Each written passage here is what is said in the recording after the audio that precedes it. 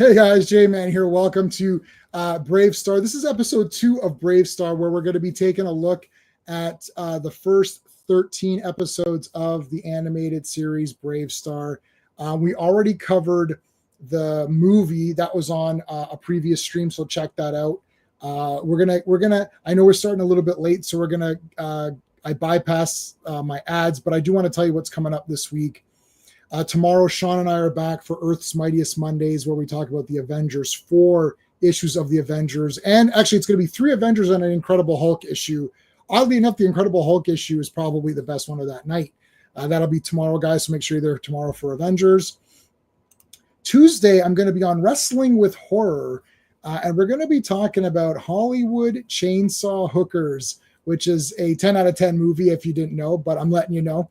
If you didn't, it's absolutely awesome. So we're going to talk about that on Tuesday. On Wednesday, I'm going to be on the Action Elite talking. You want to talk about action? Hard Boiled. This is one of the best action movies, if not the best action movie of all time. If you're judging it by just the action sequences alone, not if you count story with action, right? Like it's not as good as like a Terminator 2 or something. But if you're counting just visual action, this I think might be the best action movie of all time. So we're going to talk about it. I have a long history with this movie. We're going to talk about that on Wednesday. Friday, we're back again for Star Wars. Yes, 4 more issues of the Marvel Comics run of Star Wars. They're awesome. These are all great issues. We're way past the movie now. Getting into it, we get a little bit of a backstory here with Biggs. We get to see Beggar's Canyon, all shooting the Womp Rats or whatever they are. So all that stuff's going to be on Friday. 1 week from today, we are back with Days of High Adventure, and we're going to be talking about The Green Knight. This is the most recent adaptation of The Green Knight. It's a really cool movie. We actually did a stream on it when I had first seen it, but we're going to revisit it again. We've got a panel lined up to talk about this and try to decipher what the hell's going on in this movie. I've reread the poem again just to remember it. If you don't want to read an entire poem, it's not that long. But if you don't, there's audio books of it. So just type The Green Knight audio, and there's like tons of people who've done different audios of it if you want to read that. So there you go. All right, let's bring in my co-hosts. Hello. Hey. Whoo. 30-30. BraveStarr. Yeah. Eyes of the Hawk. All right. Eyes of the Hawk are way more useful than they're making it seem, because I was like, I didn't realize you can go over top views and everything. You just go around. Yeah, you could bend light. That's like super awesome. That's like the Crow. Remember the Crow can see through the eyes or whatever. Yeah. All right, let's bring in our other panelists. What do we got? We're doing. No, we'll do Conan.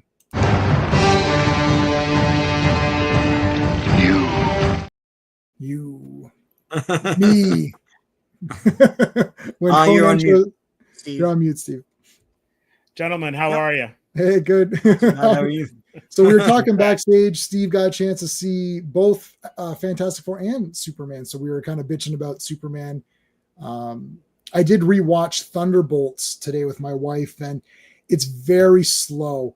I don't hate it. And basically once they pass, like the first 45 minutes is kind of like, once that gets past, like soon as Sentry is in, and then the last bit with Sentry, when he gets the full costume and fights them on, then he becomes the Void. That's pretty neat. So the last half an hour is really cool. The first, hour and a bit, it's kind of like it needs to be trimmed. It's too long. There's too much bickering with the characters. They're bickering so much that you just find all of them slightly annoying, and then you just can't get into any of the characters. I'm just like, this guy's kind of annoying, but she's annoying too, and she's kind of whatever. So they don't have personalities. Their personalities bitch at each other. That's the problem. So, but once they get rid of that and get into the action parts, like Sentry is awesome. Even though it's not the real Sentry, it's fake Sentry or whatever, but whatever. Yeah. We're not going to be a Taskmaster fan though. Good. Sean, did we see this together or no? No, we had to see it separate. Okay, we saw it separate. So I applauded and cheered in the theater when Taskmaster died. I was so happy. That happened 17 minutes in, and I was like, and I noted the time today, so I was like, yeah, because it's like I was like I can't. I hate the Taskmaster in that. I like Kurylenko, Olga Kurylenko. Oh yeah. She's great. She's great on films. Yeah. Yeah. Oh yeah. She's awesome in that and Hitman and all that. Oh yeah. But like that was a complete disgrace to that character. And then she wasn't even the Taskmaster anyways. So that entire movie, the first like 45 minutes of Black Widow, I thought this is pretty badass. Like Taskmaster came and beat the shit out of her. I was like, this is pretty good. And then I remember because my wife and I paused it and we're like, let's get lunch or something. So we paused the movie, and then we went and got some food and sat down and then continued. I was like, man, we really should not have continued it, because literally from where we continued, it was like, I was like, oh, this is just awful. Now, Taskmaster was mute in that movie, and then she's not in this one. No, she's mute. She's like, they maybe do. She says something. But it's just like, it's not like speaking coherently. It's like they made me, or I don't know, they made me do it or something like that. I'm not even sure if that even happened though. I don't think she talked, but she talks. I swear she talks. I don't know. I just watched it today. Yeah. But I also watched Gilded Age season 3 episode 6, and that's a 10 out of 10 masterpiece show. If you like period drama, because I do like period dramas. Anyway, so I highly recommend that. But I was watching this. Oh, I've got that in this. I put that in, and I got my Diabolic. I'm up to 9 now, so yeah, Diabolic. Yeah. And then there's Danger Diabolic, which is the 60s.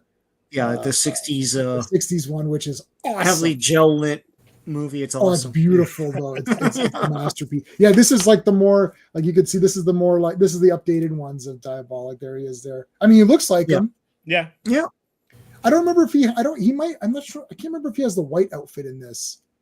But he's super smart in this one, yeah. But just like I was going through the Phantomos, I was pulling out all the Phantomos again, and I forgot I read the first book of Phantomos. Yeah. The first silent movie. The first silent movie is exactly that first book. Yeah, the silent movies are good, and then the ones that were popular were the big campy ones, and that's what became the definitive Phantomos, right? The 60s ones. Yeah. Hey, oh my God. Genko. It's actually, if you the detective is Ginko, but that is very close. Genko, how's it going?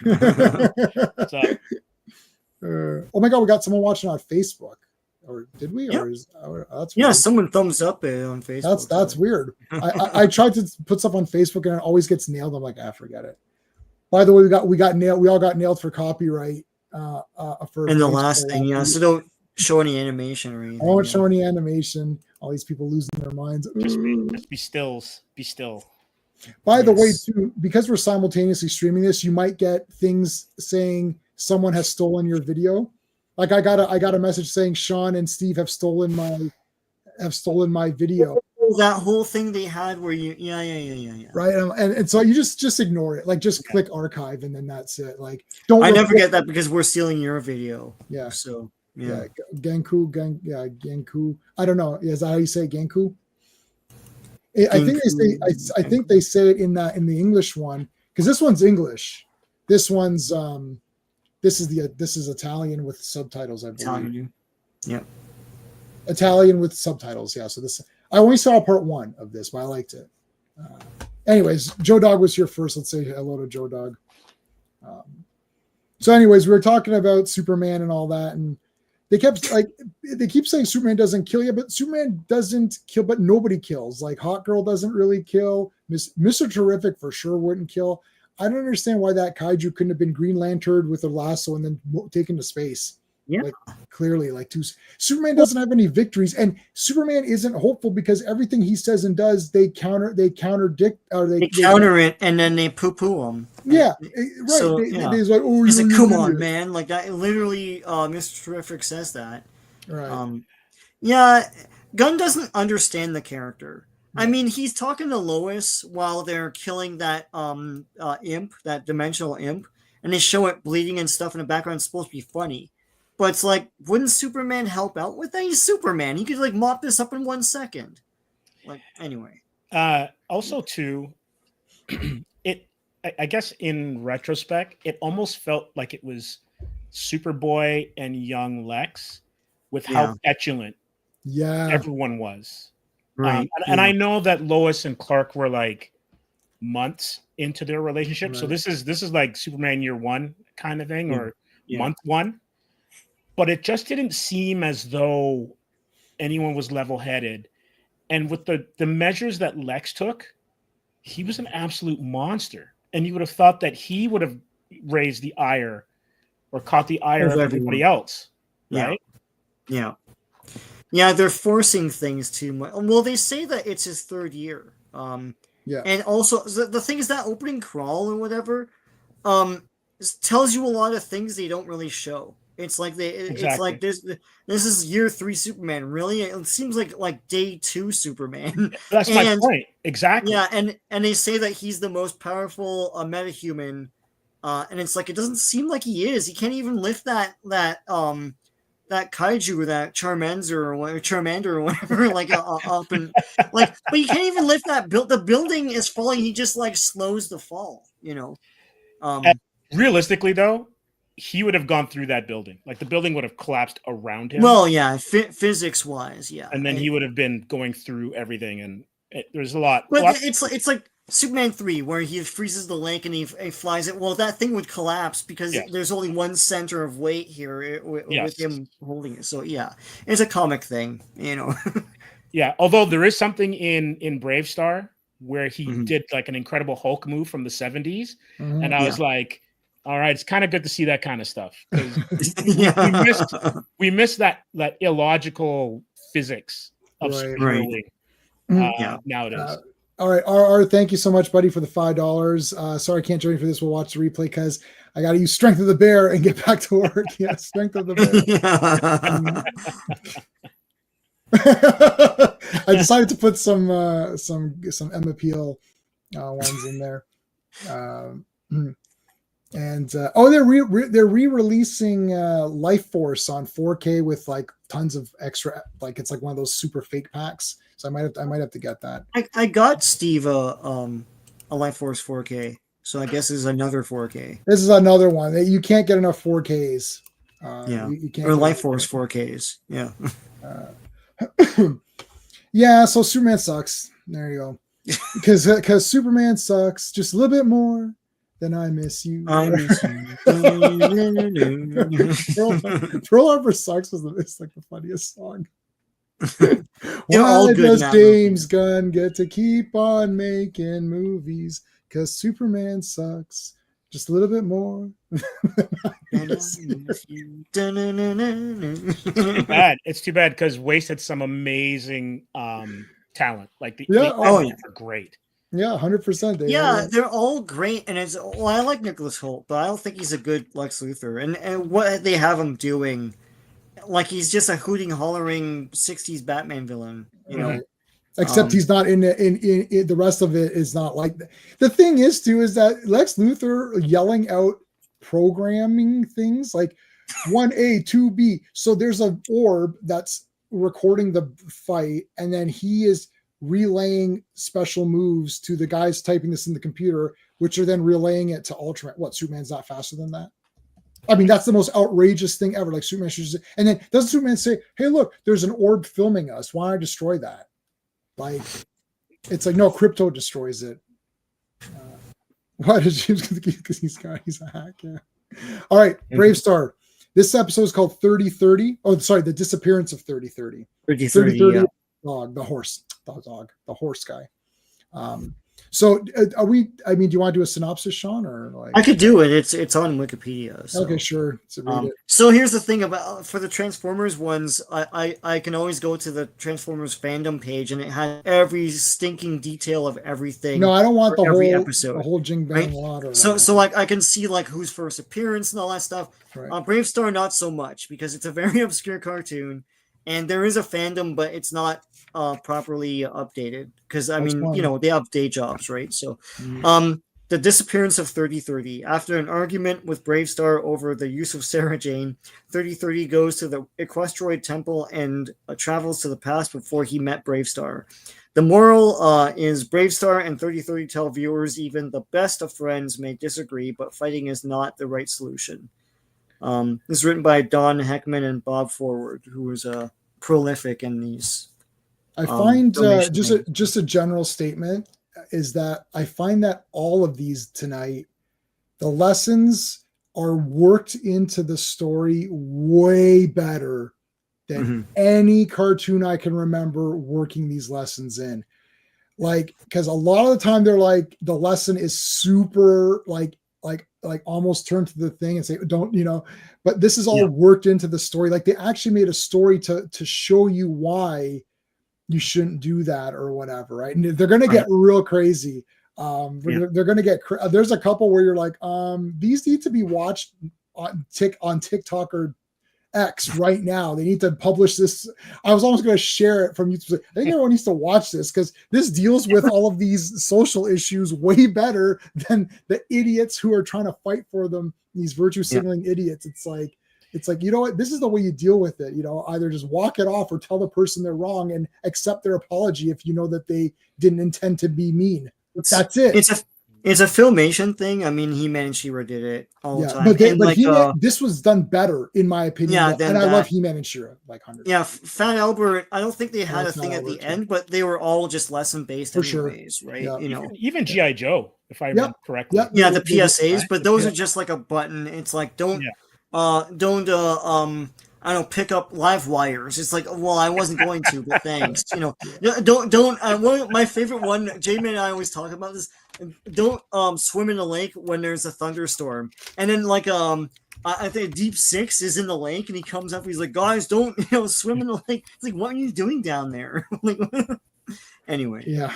All right. So, what'd you guys think of this one? It's a cool start, and the thing is that they use a lot of footage from the movie, which hadn't been released yet. So as a kid, you're like, I think this feels like it's from something else because the animation's better, but but it's cool because I've always wondered what exactly is 3030's story. I don't think it's really fully explained in anything. That there's a temple of Requestroids. Is he a god? What is all this? Is he Better Ray Bill? What is he? Yeah. And to be honest with you, we spoke about this a little bit, and it shows up in this episode and as a recurring theme. BraveStarr's a dick to him.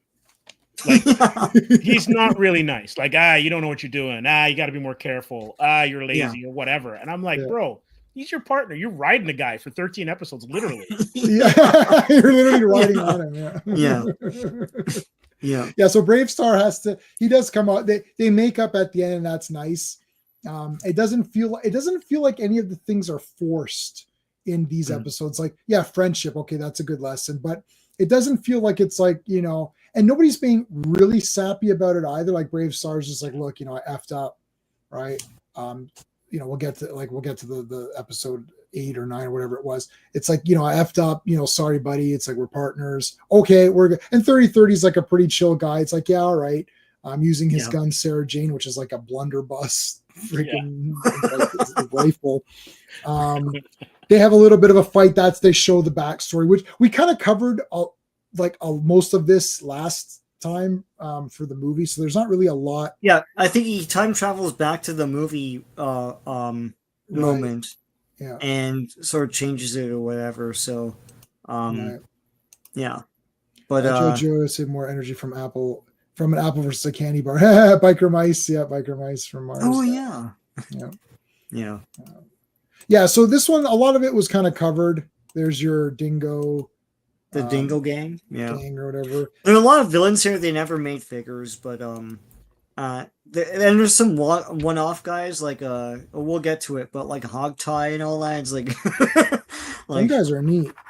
Yeah, JB. This is the best female character in any cartoon series, ever. like, I don't know. I need to rewatch them all just to be 100% sure. But I was like, oh, she's pretty goddamn awesome. I really like that Star Marine woman, Karen. Oh Her my name's God. Karen. Yeah, We got to talk about that episode. She was badass. She was badass. She kept just like, I got this, Marshall. You can sit this one out. I was like, what? You talking about? And he gets all mad and stuff. And she gets mad. She gets mad. Yeah, she was a space Karen, like literally. She's a space Karen. I love it. She was mad. I liked her though. I was she's great. I like this girl. She's got it going on, man. She's not here to like knit sweaters or whatever. No. Yeah. FK Super Friend. Oh, we didn't thank the Super Friends. I was going so fast. I'm sorry, guys. Let me quickly thank the Super Friends. I want to thank them every time. These are the channel members. So we have to thank Dan, Sean, Steven, Brennan, Mark D, RR, Philip Story, Digger Jim, Quagnar, Just Joe, FK, GT, and of course, Clobberin Times. Thank you to all the Super Friends. I really appreciate it. I forgot because normally I play that after my ad, and it didn't play after the ad because I bypassed the ad. But yes, so Super Friend, FK, thank you, buddy. So there you go. Yeah, okay. I mean, like, there's not really much else to say. We kind of like this one. This is the movie footage now. Yeah. So all of this is the movie footage. All of this. You could see there's some good fights and the flipping's better. And there's Shaman, and he kind of says, "Oh yeah, you guys are friends. You guys kind of make up." Yeah, those two are the only guys tying down everything together. It's like like Shaman is whipping up spells to help everybody, and BraveStarr does the rest. And it's like the two native guys are like got everything tied down. Oh, this was like better native representation than anything that I've seen ever. He's a hero, man. Yeah. I was like, because like firstly, he's just badass anyways. It's like it's Sarah Jane. Sarah Jane is the gun's name. Mm-hmm. Fallen Idol. All right. Okay. So are we good on that one? Can we move on from that one? Yeah, I think so. Yeah. So Fallen Idol. This was aired September 15th, 87. Written by Bob Ford. BraveStarr is horrified to learn that his hero and former mentor, Jingles Morgan, is now a wanted murderer and must apprehend him. And at the end, BraveStarr tells viewers immoral behavior must not be copied regardless of who does it, and there are plenty of good role models out there. So my thing about this is this really shows what BraveStarr was about, because like in the 80s they would soft pedal something like this. Yes. Even in Batman the Animated Series they did that. I remember there was an episode where the one guy feels guilty that his friend was hit by a train when they were kids, but then he turned out that guy didn't die. He's just he's crippled a bit or something like that. Here there's an actual death that happens, and usually that was always soft pedal. We haven't gotten to the drug episode yet. When you get there, it's like they don't soft pedal that either. So yeah, I remember watching this and I was like, oh, they killed that. He killed that guy. He really did it, dude. He won for actual murder. Yeah. Okay. The first episode was fun and games. The movie was awesome. Like just visually cool. Cool. Yeah. And the first one was good. I was like, episode 2, I was like, wow, I can't believe how. So this guy Jingles was the big hero of BraveStarr, and he was like a great fighter. And they basically, remember Joust from American Gladiators? You've got that platform, and then you're like jousting with your Q-tip weapons or whatever. So it's sort of like that. And they're like, oh, this guy's the best, jouster or whatever. So they're doing like a boxing match. And he falls over, and the guys, they laugh. I'm like, oh man, he lost. And he's like, I never lose. Pulls out a double barrel gun and blows the guy away. I was like, shoots him in the face. Cold-blooded. Cold-blooded. I was like, I actually did the fake shill reaction. I was like, oh, I should have recorded me watching that episode. I was like, holy shit, he destroyed him. I thought, BraveStarr is gonna make sure that it's proved that he's innocent and he's a really good guy. And then at the end, he's like, you know what, man? What the shit? You were my hero. He's like, I never asked to be your hero. What? Yeah, I remember that too. Man. They needed to do a psych assessment on this guy before they put him into the service. Right. Yeah. He's clearly damaged. Clearly. Yeah. What did you got? I was like literally stunned. I couldn't because he's like wanted for murder. Let me see that. It's like, I'll prove him he's a good man. I was like, no, Yeah. he did kill the guy, and he basically tells BraveStarr, you're an idiot at the end. I'm like, oh. Yeah. So what'd you guys think of this one? It was interesting with the birthday party, because I think the birthday party showed that he could have been better. Right. Yeah. But at his core, he's terrible. Yeah. He's got too much of a chip on his shoulder. Oh, totally. You know, yeah. And they keep having him flash back to the incident, and he's like weighing it in his head like every day. But then he comes back to just being a badass and being like, you know, just being an asshole, really. And saying I did what I did and all that stuff. He's got the big the toothpick or whatever. He looks pretty awesome. He'd make a great. Oh yeah, here's the so they fight on this platform. It's a boxing match. And then this lizard guy, so this guy's on Jingles, and they call him Jingles because he has spurs that are like little stars, and they jingle. They go jingle jangle.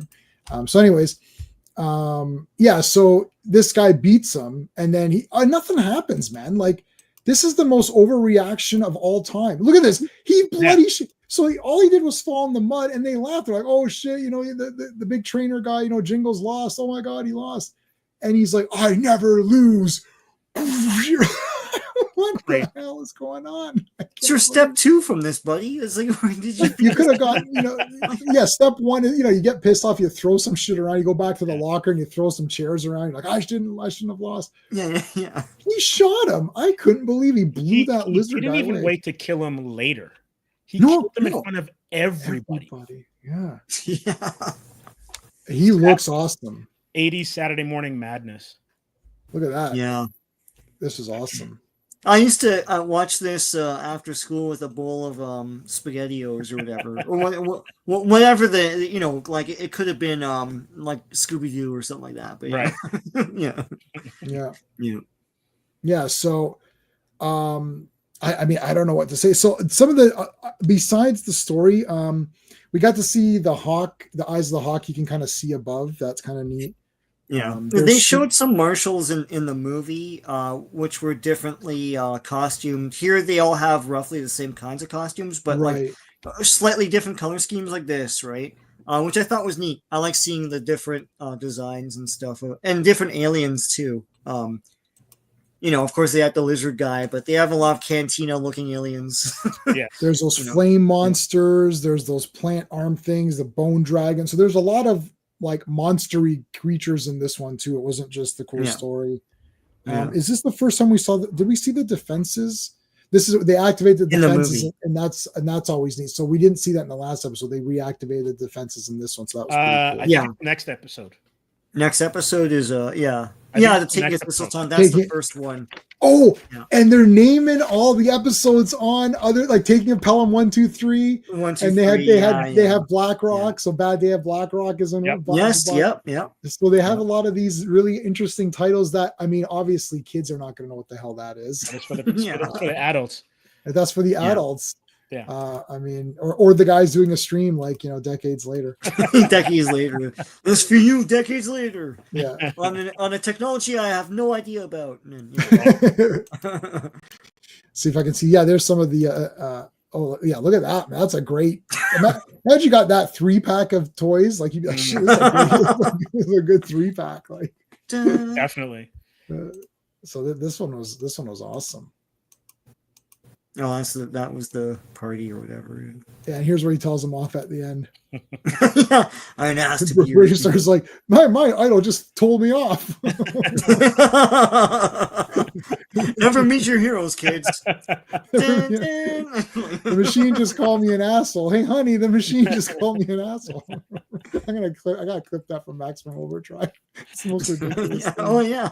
Why would it type words that are not? It's not. I don't know. It's like I love it. I love that. Stephen King was on all sorts of stuff when he directed that movie. Well, I love the inconsistency of like how the technology works. It's like that can't happen. Like, anyways, that movie broke my heart when I saw the commercial and I saw the Green Goblin. The Green Goblin head. And I'm like, a Spider-Man movie, finally. And then I'm like, what? What? That was so random. How did they even? And it's the poster. Yeah, it's the poster too. I don't know how did they get that? Like, there must have been some sort of cash going Marvel's way because they were nearing bankruptcy anyway. I guess so. Yeah, like that is like a weird. It's just one of those Jim Shooter transactions. Just like, I don't know. Yeah. Right. Product placement without it having to actually be that way. Yeah. So this is the taking of Thistledown 1, 2, 3, taking of Pelham 1, 2, 3, episode 3. Sean, what's this one about? Yep. Written by Bob Ford again. Aired September 16th, 87. Tex Hex captures a space freighter for its carrium cargo and takes Mayor Derringer and an ambassador hostage. BraveStarr tells viewers teamwork is important, as often a job may be too big or dangerous for only one person to do. You know, what this thing glosses over is that Ambassador wants to can BraveStarr. Yeah.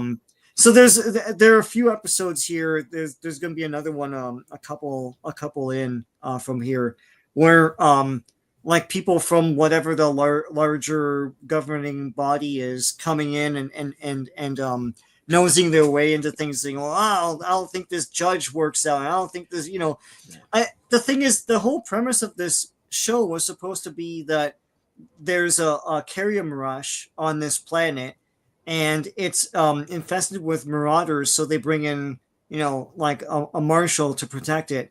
You know, and as he said, the one uprising, one marshal, right? But like, you can't have no marshals. It's like it's the Yukon. I mean, Yukon was like there's a ton of like mounted guys there because there's a gold rush going on. So anyway, this guy doesn't like BraveStarr for some reason. So yeah.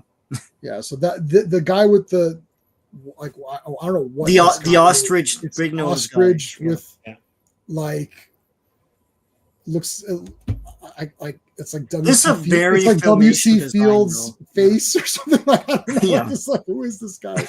And it's like, anyways, he doesn't like. He's like, I don't think BraveStarr's doing a good job. He's sleeping all the time and whatever. Clearly, this guy hasn't watched the last few episodes where there's like massive action.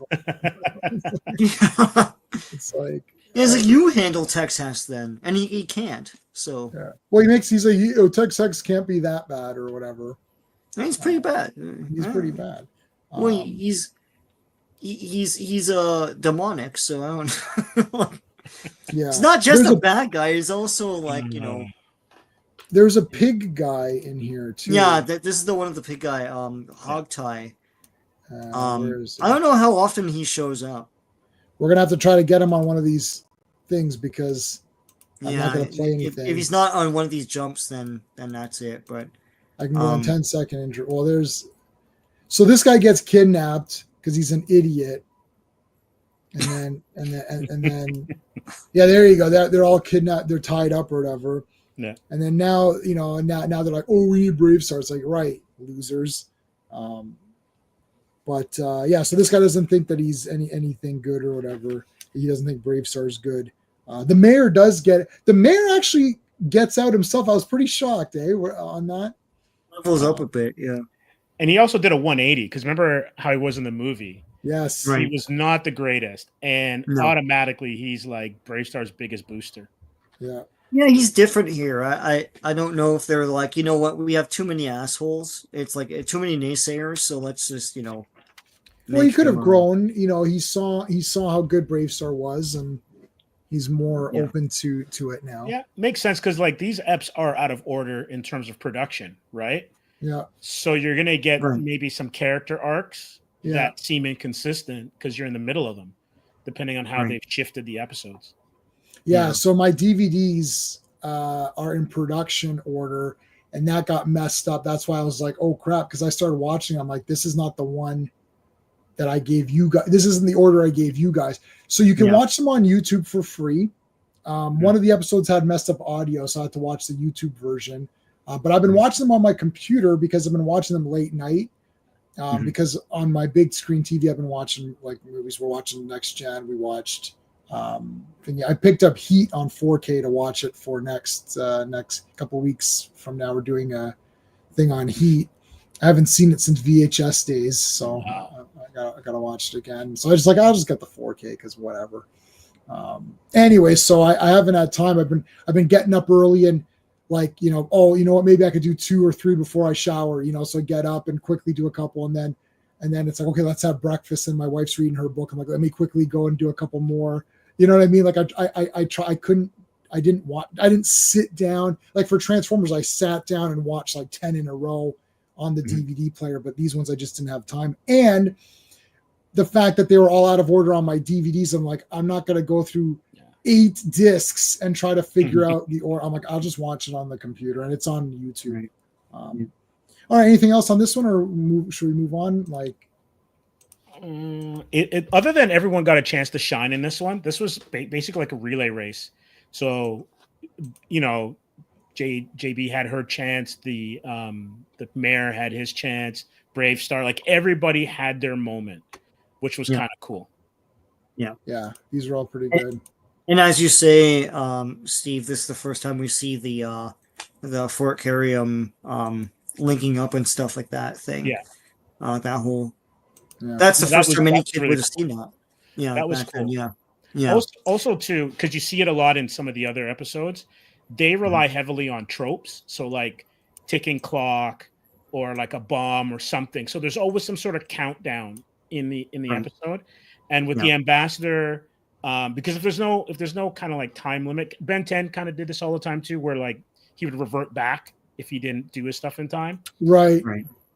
So in this one, it was that the oxygen supply or whatever the ostrich ambassador breathes. Yes. Running low. So there was that kind of, forced tension. Right. That was kind of cool. That was cool. Yeah, there was a bit of an extra thing in there. Yeah. All right. This is Skizz and Fuzz. Hey, Marshall. You call. You're my hero, Marshall. Yo, that's way better. Sean's much better at doing the voices. I'm halfway there. So. I'll tell. Fuzz has love. I really like Fuzz. He is the best of the annoying characters in all of cartoons. Again, like because like I can't stand Snarf and all those other. Oh well, you can't. Well, I like Orko actually. I don't know if Orko's better, but I like this Fuzz guy. He's pretty good. Marshall. Hero, Marshall. Anyways, So Scuzz and Fuzz aired September 17th, 87, written by Don Heckman. Scuzz breaks into the Prairie People Kingdom to steal a batch of Carium for Tex-Hex. After Scuzz sets off the self-destruct mechanism for the Carium's Force Dome, Force Dome, and an accidental blast of Carium binds him and Fuzz together.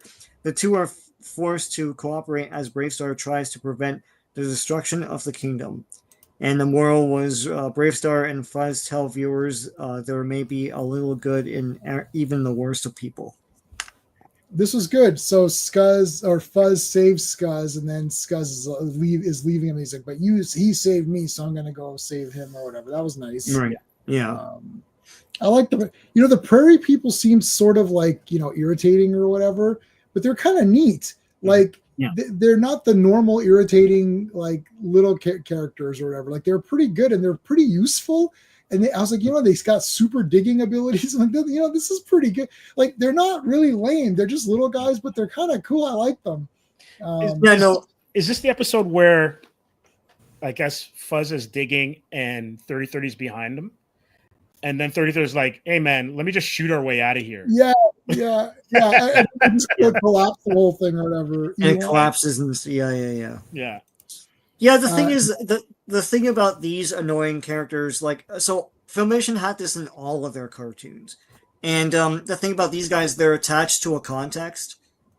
Kevin Smith wrote you oh my god, please don't. If Kevin Smith wrote it, then I would I watch it? And the answer is JB would throw a tantrum in episode 1, and BraveStarr would die in episode 2, and for the rest of the run. Yeah, and then Fuzz would be the new would be the new Marshall or whatever. Yeah. They're attached to a context here, like, and it's a running theme throughout like a lot of these episodes that people don't see any value in them. And yet they are valuable, right? And they have their own society and everything else. They know the planet more than everyone else, but no one seems to seek their guidance on how. Like those guys. Well, later on we'll get into the episode. The guys that can't find Clobberin, just ask them. Like God, like what's your problem? Anyway. Yeah, that's the one where they're looking for the carrium. That was the that's Clobberin fever. Carrium fever. That was good. Yeah. Madness episode. Yeah, that was good. Yeah, that was awesome. Yeah. Oh my God. I can't believe some of the but they're covering the topics in a pretty damn good way. That doesn't seem stupid. I'm like, this is like better written than all of these Marvel virtue signaling bullshit things where it's like, oh, look, we're trying to solve X social issue. It's like, oh, women's rights or racism or something. So you're not solving anything. You're just making it look stupid. Like, you don't have anything smart to say about it either. Like, right. It's not Star Trek. I've seen so many. I mean, Next Gen, we're watching it again, even original series. They covered all these topics in a way more mature way where there's characters. It's done through characters and their ideas. Like if everyone agrees on something, it's propaganda in a show. Like I watched one of the newer episodes of, I think it was the Orville, and everyone agreed on the entire ship. Everyone agreed to do something. And I was like, that's like impossible. Like, how did you get... It's like, so every character, like I like where each character has its own, like should Worf, like there was one where Worf had to give his blood to save a Romulan, and he was the only blood donor that could save the Romulan, and Crusher's like, oh awesome, Worf, your blood can save the Romulan, you're the only one, so let's do the procedure. And he's like, no, the Romulans killed my family, I'm not doing it.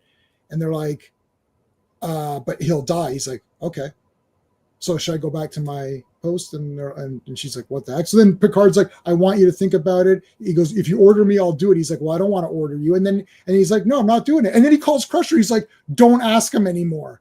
But I was like, yeah. And she gave all the arguments. It wasn't this Romulan.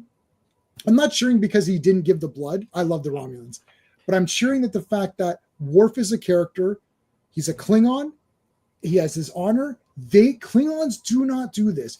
And just because someone who's writing this in a perspective of saying, yes, Worf should do this as the honorable thing, right? The character does not do it. So that's not a propaganda thing. That's like, no, Worf, and we might agree with Crusher saying, look, this Romulan didn't kill your family. Like, you can help him out. I don't want to. Okay. And Picard called her. He's like, the best part was he called her. He's like, Beverly Crusher, stop asking him. It's off the table. She's like, okay. It's not happening. But I don't think he said it like that, but yeah. That's exactly how he said it, Sean. But I think you're correct on that, where like the best part about stories is conflict, right? Yeah. So like when you're writing something, every piece of dialogue, and God knows this show does it almost to like an nth degree. Yeah. Every piece of dialogue has to be in conflict with what was just said, because that's how you advance either character or plot, right? So if everybody on a starship, especially in the chain of command, is agreeing, where's the tension? Because what is this about then? Exactly. Right? Like you don't want that. And the thing that, just going to Star Trek, because like I love the first series, but TNG's my jam. Yeah. I love Worf. I love Riker. For sure, they are not the same, but they're pretty close. Yeah, I like Riker's right? awesome. And why they're different is because Worf is a Klingon. Yeah. Right? And it's those things that you have to keep in line. So like even when he went to DS9, still the same Worf. Yeah. You have to maintain those consistencies, or else everything falls apart. I love all of real Star Trek. So before JJ, I love Deep Space Nine was the first Star Trek I watched. I was gonna say BJ, but that doesn't. No, before BJJ, before the dark times, before the Abrams or whatever. Right. Before. But yeah, all of real Star Trek is awesome. I don't like the very last episode of Enterprise.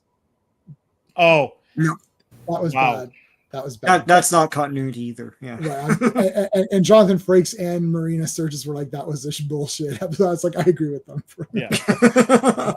But I love all of real Star Trek, all of it. If someone says this is their favorite, cool. If someone says this is that, like whatever it is, like Kirk and Spock are like my top two favorite characters. But then after that, it gets pretty wild. Like I really like Janeway. I like Seven. I like Riker. I like Picard. I like Data. You know, I pretty much like everybody. I like everybody. I not equally, but there's either I really love them and then they're pretty good. There's no shit.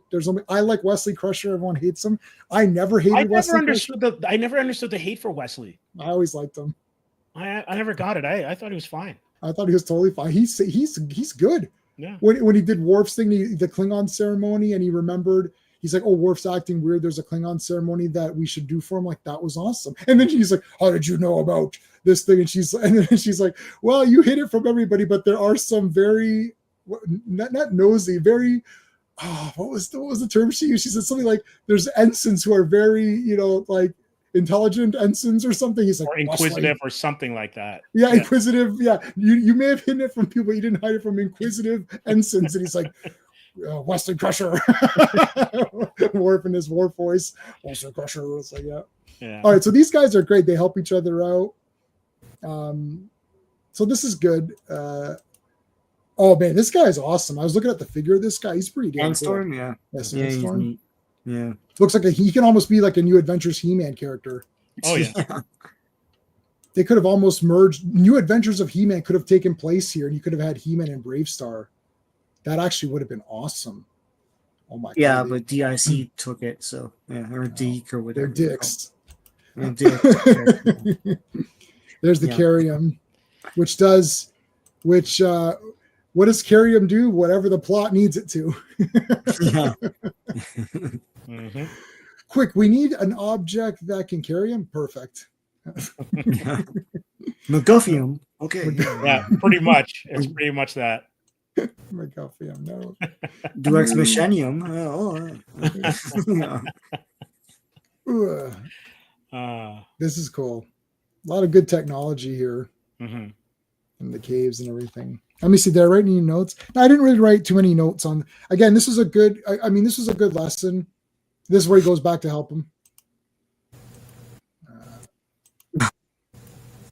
I was surprised that it's not always Tex Hex, who's driving the plot. Like usually these other ones, it's like Skeletor initiates something and then He-Man reacts. So this isn't really the same formula here. Tex Hex isn't always involved. Sometimes he's not involved at all. Yeah. Like he's not even in the episode. So that was interesting. And like JB, you don't see her every episode either. Sometimes she's just, off to the side or whatever. Yep. There's all the prairie people. The Grand Poobah, Yosemite Sam. Yeah, I was gonna say he's the Poobah or whatever. All right. I guess we're good on this one. The end though, where Fuzz gets the shorty, and he's like, "Can I, get some lovin'?" Yes. As a reward. Oh man, ridiculous. Dun, dun, dun, dun, dun, dun. Yeah, there's the girl or whatever. Do I have to leave? Nah, you can stay. You can stay. It's the Pon Far.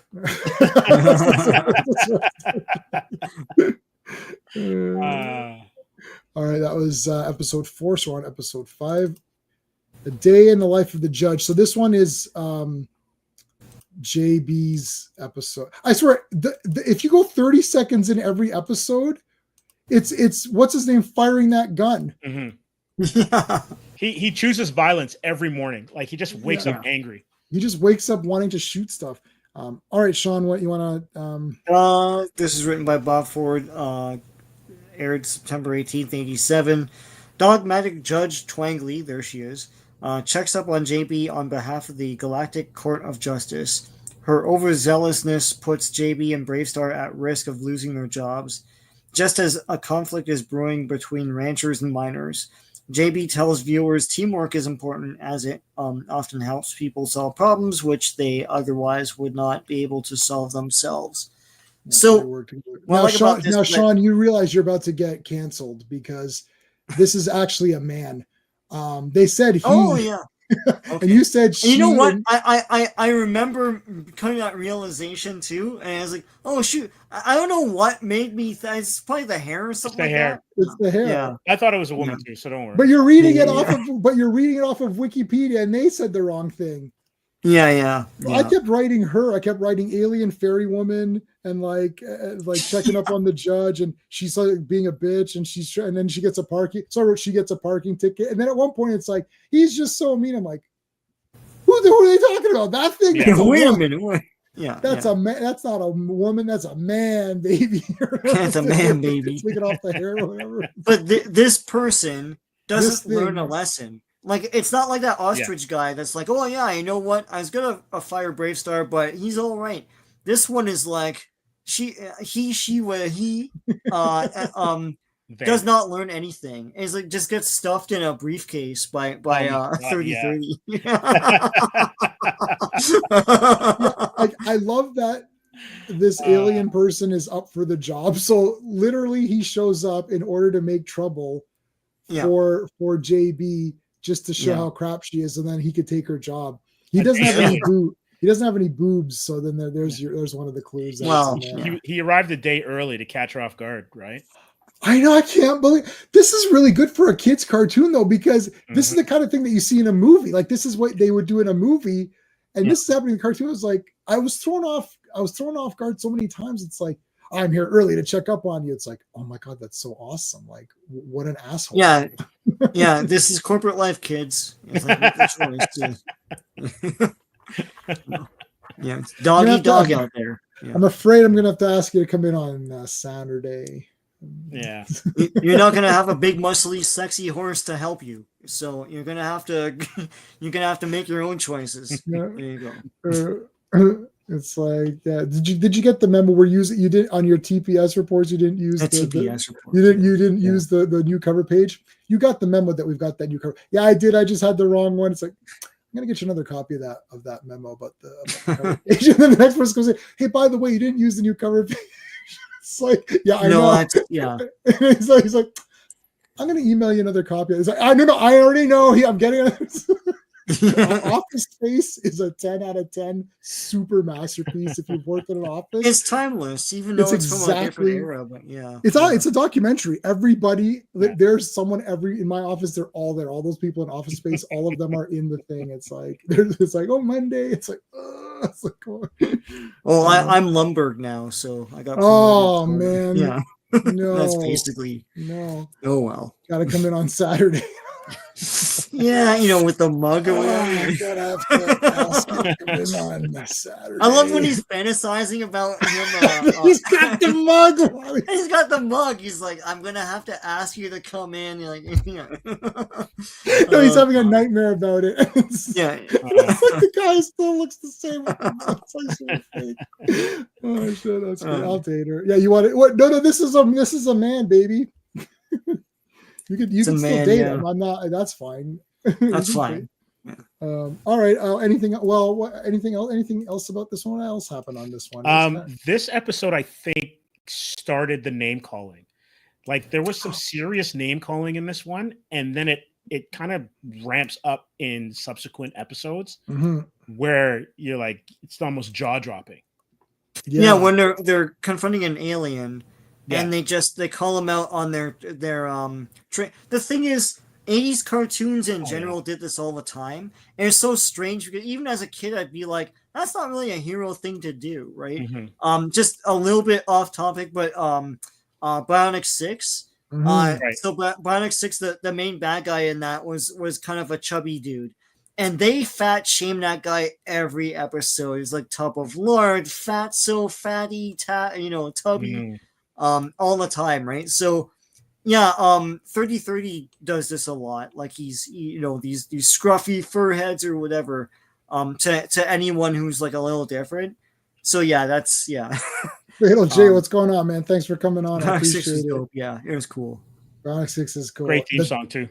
The toys were metal and like really heavy. Cool. They were awesome. The animation on that show was great too. Yeah. Oh yeah. Maybe we should look that up. I have it. They never released it officially. You have like, but I have a bootleg. Yeah. But not shareable. No, it's not shareable. Oh, got a shareable one. I'm getting some better versions of shareable of Silver Surfer. I'm wearing Silver Surfer today, so I was like, I should get a better version of that because that was a cool cartoon. Can we do the Orbots. Mighty Orbots. Mighty Orbots. I don't know if I can wow. find. I'd have to see if I can find it. I've never seen that. I don't like. I have to look it up. They had a set. I think I passed on it, but yeah, It's a deep cut, Mighty Orbot. Oh yes, I've never seen any of this. Yes, I know it. I've never seen any of this. I'm sure I can find it. I'm sure I can find it.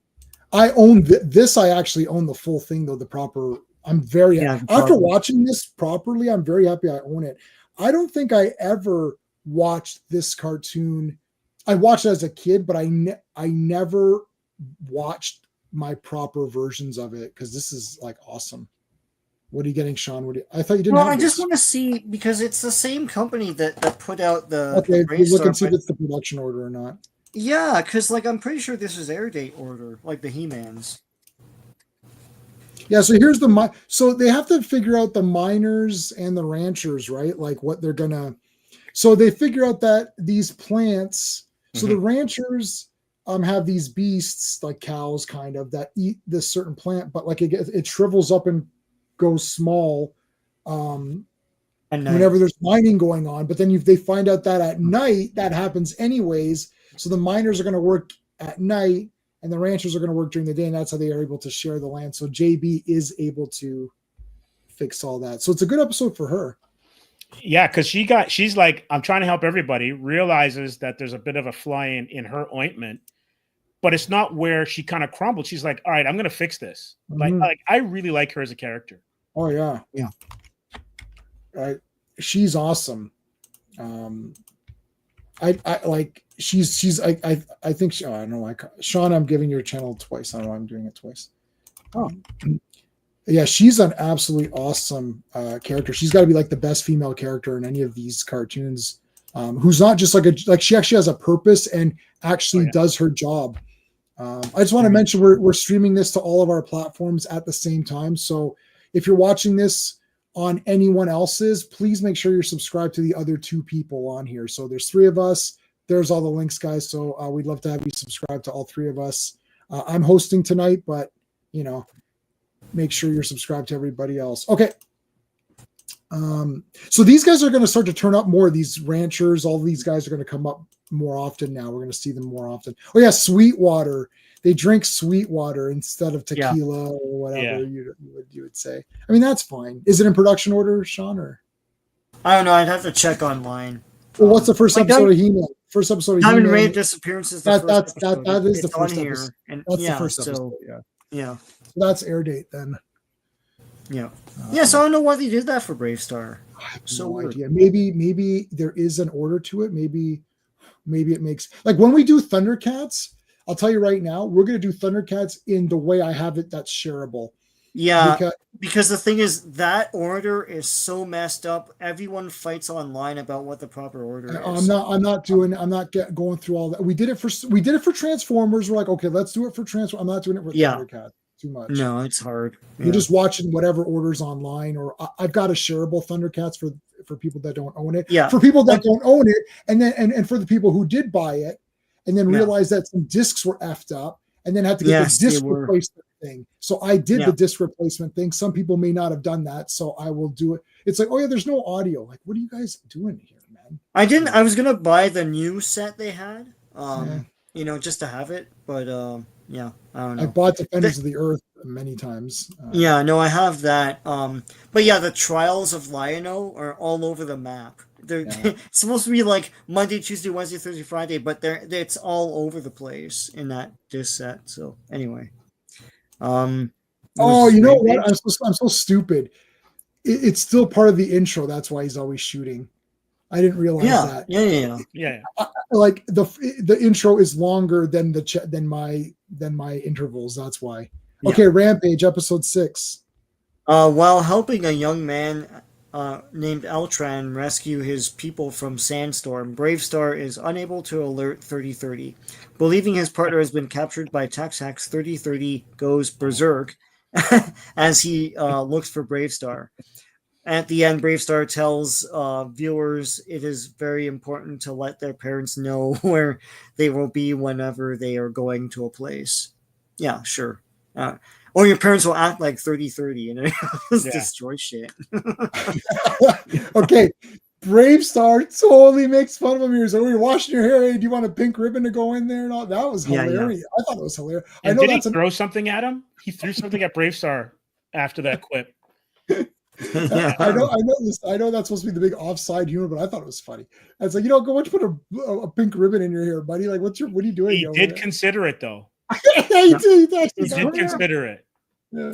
It's funny because 30-30 has the proportions of a My Little Pony in order to make the design work. For sure. Yeah, because the thing is, if it were a real horse proportion, you'd look weird. Like BoJack Horseman. Like you'd look like too lanky and stuff. So he has to look My Little Pony-ish, like just fatter and rounder and all that. Right, I never thought of that. Yeah. And they even have like a fake, like a Crendor, like, and then he kind of gets up or whatever. So it's like a bit of a magical transformation in that. Yeah. Sandstorm's attacking the miners in this one, I think. Let's see if we can. Yeah, and this is one with the sand crabs. Yeah. And with this is the there's a blow dry. He's still doing his hair. Half the episode. He picks up this thing. That's cool. That's cool. Yeah. There's this communicator. That was neat. Yeah.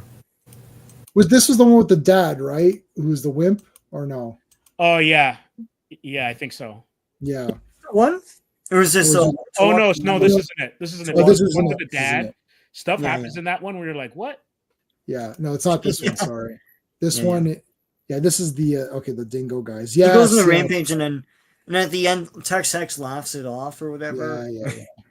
They all have a big laugh and move on. He roughed up the dingoes though. Yeah. Oh man, not the dingoes. Those guys are pretty neat. They got to come in they're like a 3-pack or something. Like army builders. I found something.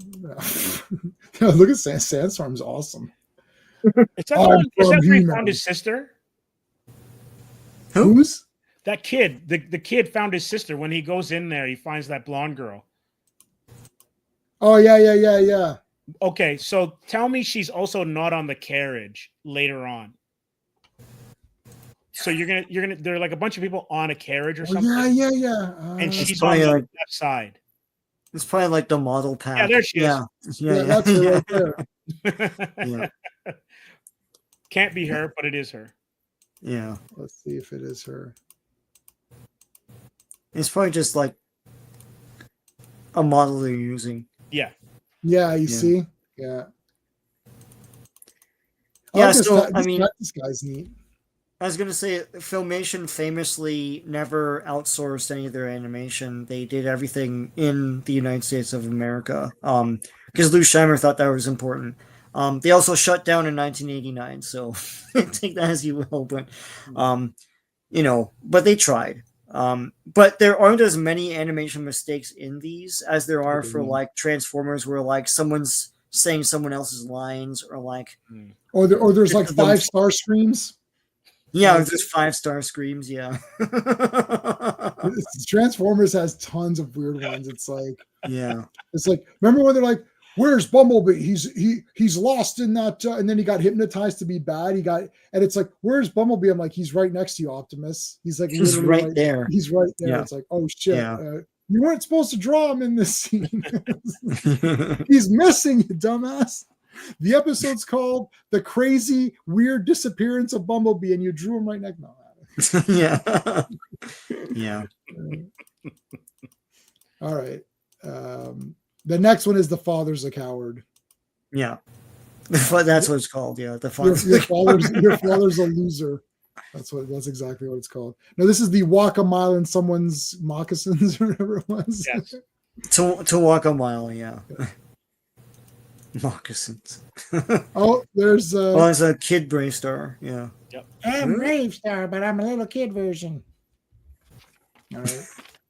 Sean, what's walk a mile? To walk a mile. Lucas Conway has abandoned the use of guns ever since he caused an accident.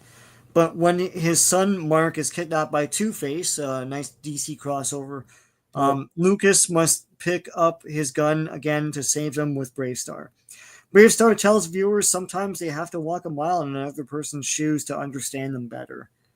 So yeah, to your point, text is not the focal point of everything, you know. Yes.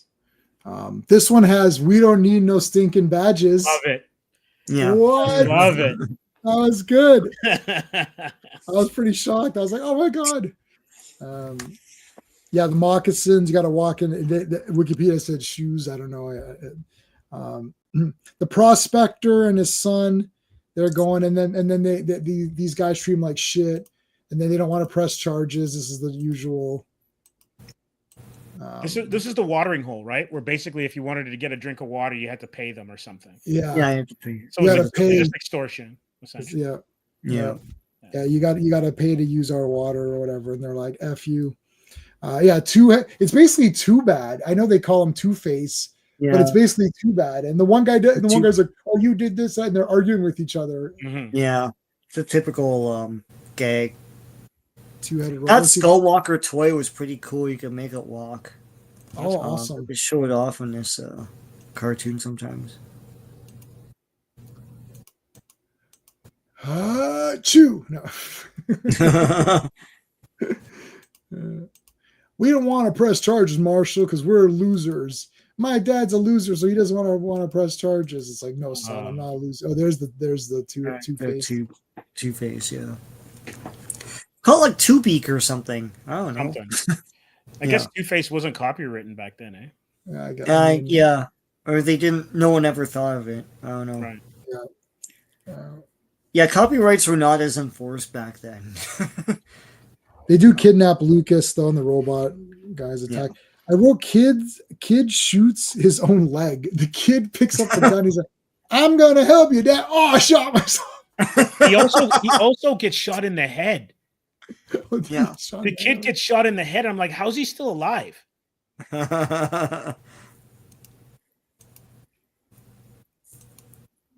And the dad killed his deputy. Like, oh my god! Right. So once again, they're not soft pedaling anything. It's like, oh, he was in the hospital for a few days, and I feel guilty. Like, no, you killed him. Yeah. So he gave up guns because he accidentally shot his own deputy because he was running to get into action. Now here comes this. My God, this is Robot from friggin' Logan's Run or whatever. Yeah, it's like, am I not imposing, or what does he say, or magnificent, or what is it? I forgot what he says in Logan's Run, but it's the friggin' Robot. I was like, what the hell? I'm like, shit. It's got the red mouth. It's got like a Zardoz head. It's like Zardoz said, the penis is bad, the gun is good. It's like, whoa, this is too weird. Sorry, that was this line from Zardoz. We said the wrong thing. You haven't seen Zardoz yet, right, Steve? No, not yet. Well, then you'll learn about why the penis is bad and the gun is good. And the gun is good, yeah. Okay. You'll learn why. Very 70s. I have a suspicion, but I'll see what the movie confirms it. It's not going to confirm anything. If anything, you'll raise 10 more questions. You're going to need to bring a lot of yourself to this movie. But no. There's a lot of answers. I'm gonna get the answers for you. Okay. I'm gonna get all the answers. I'm gonna try my best to get the answers. Can't wait. I'm gonna need some time to really think. I might reread the book too, and listen to John Boorman's commentary, which is like, yeah, I thought this was weird. I don't know what I was doing in this scene, but anyways, it's pretty good. At least he's honest. At least he's honest. Yeah. Anyways, this lava stuff. There's this big whole lava area that was pretty neat. And then BraveStarr, friggin' Van Damme kicked a boulder. Yeah, man. In this episode. Yeah. Yep. I'm gonna see where the kid got shot. It's got to be around here somewhere. Right there. Yeah. I think the robot shot him in the head. Okay, so the gun drops. Dad got his leg crushed. Yeah, he got his leg crushed. Recurring theme if you're a father, you get crushed by rocks. Yeah, McBride or whatever. Yeah. And then it got Indiana Jones-ish near the end as well too. Oh yeah, it's hard to I don't want to play any of it because I got nailed. Yeah, no. But as they're escaping, it's kind of like reverse Donkey Kong, and then they have that boulder chasing them down the cavern, as well as the lava. And like BraveStarr like super kicked the boulder. Oh yeah. That was pretty damn good. All right. Oh, the one thing I don't know if it's just me, but when BraveStarr's giving his moral of the story type speeches, right, he sounded like the Sugar Crisp bear. Oh yeah. His voice kind of gets lower, and he's like, "Come on, kids, can't get enough of that Sugar Crisp." It sounds like that actor. It was like it was just weird. I'm like, what am I? Maybe I'm on the his like his comforting voice or something like that. I don't know. Like Sugar Crisp, I think was supposedly based on Bing Crosby or something like that. I can see that. Yeah, I could see that. Yeah. I don't. That's one I never got into that cereal. Oh, me either. I just remember the commercials because they were all over cartoons back in the day. Oh yeah.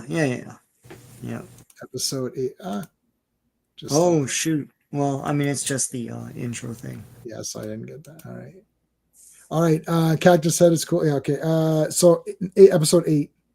The Big 30 and Little Wimble. 33 becomes the temporary foster father of young prairie person Wimble and enrolls him in a school as BraveStarr doubts his abilities all the time to take care of Wimble. A dingo named Howler wants to kidnap Wimble and attacks the class to set a trap for BraveStarr. And there's no sum up with the moral here. It's just like, don't doubt your friends. Like, there's no ending where they say the lesson. They don't have it's just worked in. Magic School Bus meets BraveStarr, essentially. Some Magic School Bus looking shots here before Magic School Bus. Yes. Yeah. So JB, Howler. And the prairie people do fight back in this. That was kind of neat. They do fight. I'm trying to see what notes I had. But some of the bigotry and stuff is in here as well. And the kids and everything too with Wimble. And respecting their like laws on their territory and everything. Yeah. So yeah. I have a question. Yeah. How come JB doesn't have a security detail? Yeah. What's at least one? Like I know, fine, you got to animate them or whatever. Right. But she's always out solo. Yeah, I know. Yeah. She needs better. She needs a team or whatever. Badass judge, man. But I do like that the kids, because look, kids are gonna be dicks. That's just how it is. That you can't get around it. And then there's gonna be.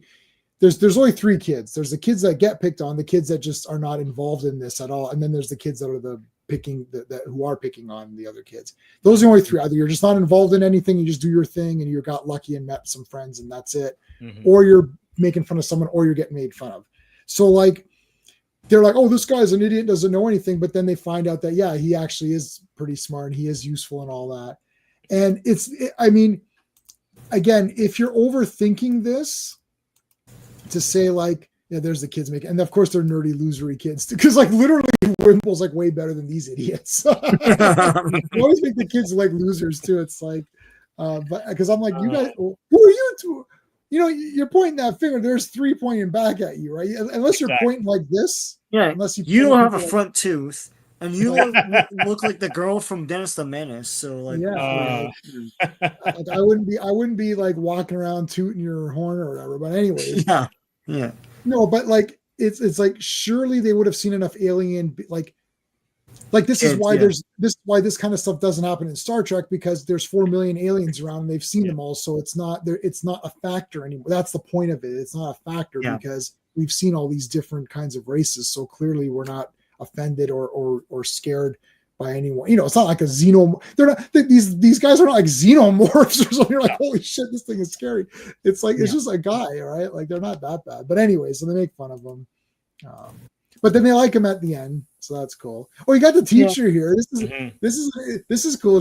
She's like futuristic teacher, and she teaches like 5 kids or something. So it's I guess crazy though. The way that they animated her and designed her, she looked like she could be part of Josie and the Pussycats. Yes. Right. Yeah. I was trying to think. She looked like I don't think if she looked like someone from Polka Dot Door, or she looked like somebody like Like Jodie from today's special. Yes. That's Is that what probably you're it. looking at? Yeah. Probably Yeah. it. Because she's very familiar, Right. design wise. Let me look at her. Yeah. Oh yeah. Jodie. Yeah, Is Jodie. she still alive? Yeah. She passed away last year, I think. Oh no. Yeah. Yeah, and Jeff and all that. Today's special was awesome. That was a great show. Yeah, I've been watching some of them. Yeah, today's special. Yeah. And then she puts, and then he takes the hat off, and then he's alive or whatever. Shot at Eaton Center. Yeah. Yeah. I like Jodie. She was good. Yeah, that kind of does look like the magic. I forgot You're right. the color scheme of it. Yeah. Oh, I don't know if I'm gonna get. That's the first thing I thought of was Magic School Bus. Oh my God! Wow.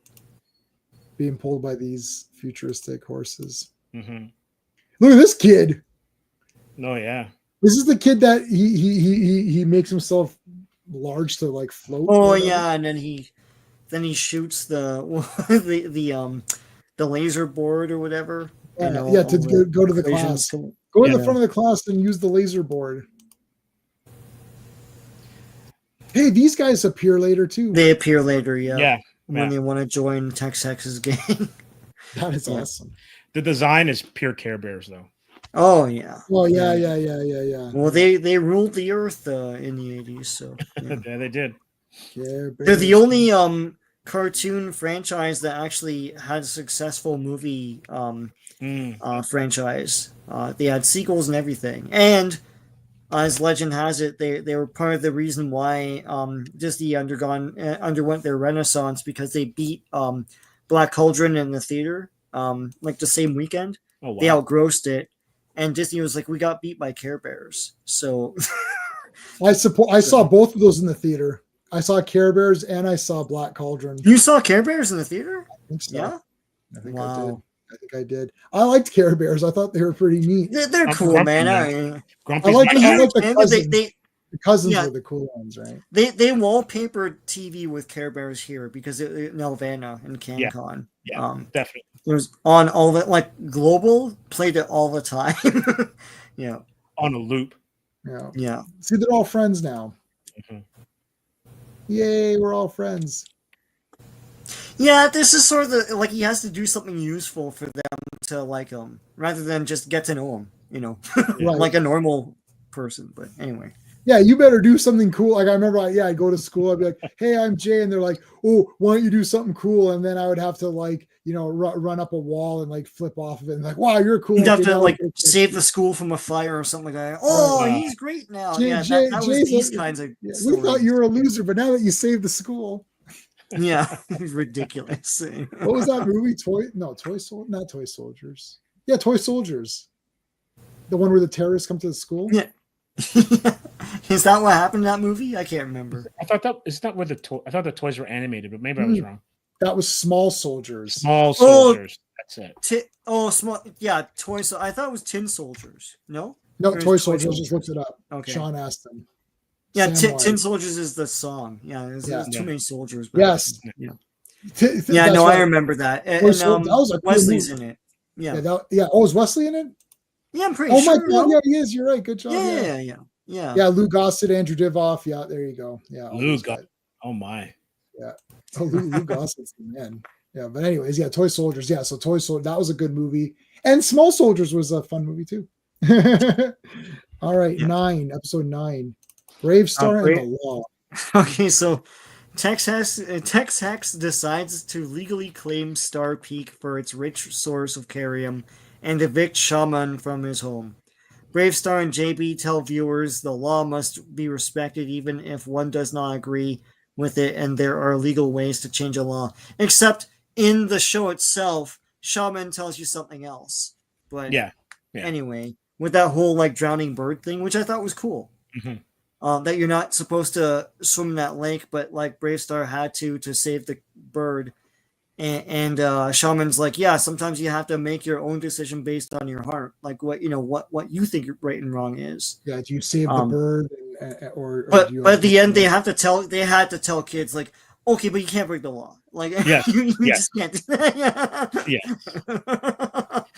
Yeah. Well, I mean, I don't know. But here's these guys, the big carium, I bet you this is like Chosen's scale in Karate Kid 2. It's like, you would cheat people. Shouldn't you really break the weights in half? Remember, it's like Chosen was awesome. Anyways, so I like this. Like, this was like, again, this was not a typical kids cartoon. Like, this felt like it was the Rifleman or something. I'm like, what is this storyline of, like, who owns the land? Like, then so the next day at school, what were you supposed to do? Like, did you guys watch BraveStarr? Yeah. Well, who do you think had the rightful claim on that land? Recess talk, yeah. It's like the big recess. Like, oh my gosh! Can't wait for recess. It's Sean and Steve. What did you guys? I really think Tex Hex did a good job. He did it. It's legal. I don't know. It's all above board. No, he cheated. He went around skirted the law and all that. It's like, well, I don't think I would save that bird. It's illegal to jump in the lake, so I'm not saving that bird. It's like, this is supposed to be like the discussion that you're supposed to have after. It's so awesome because it's like they couldn't even remake this story now.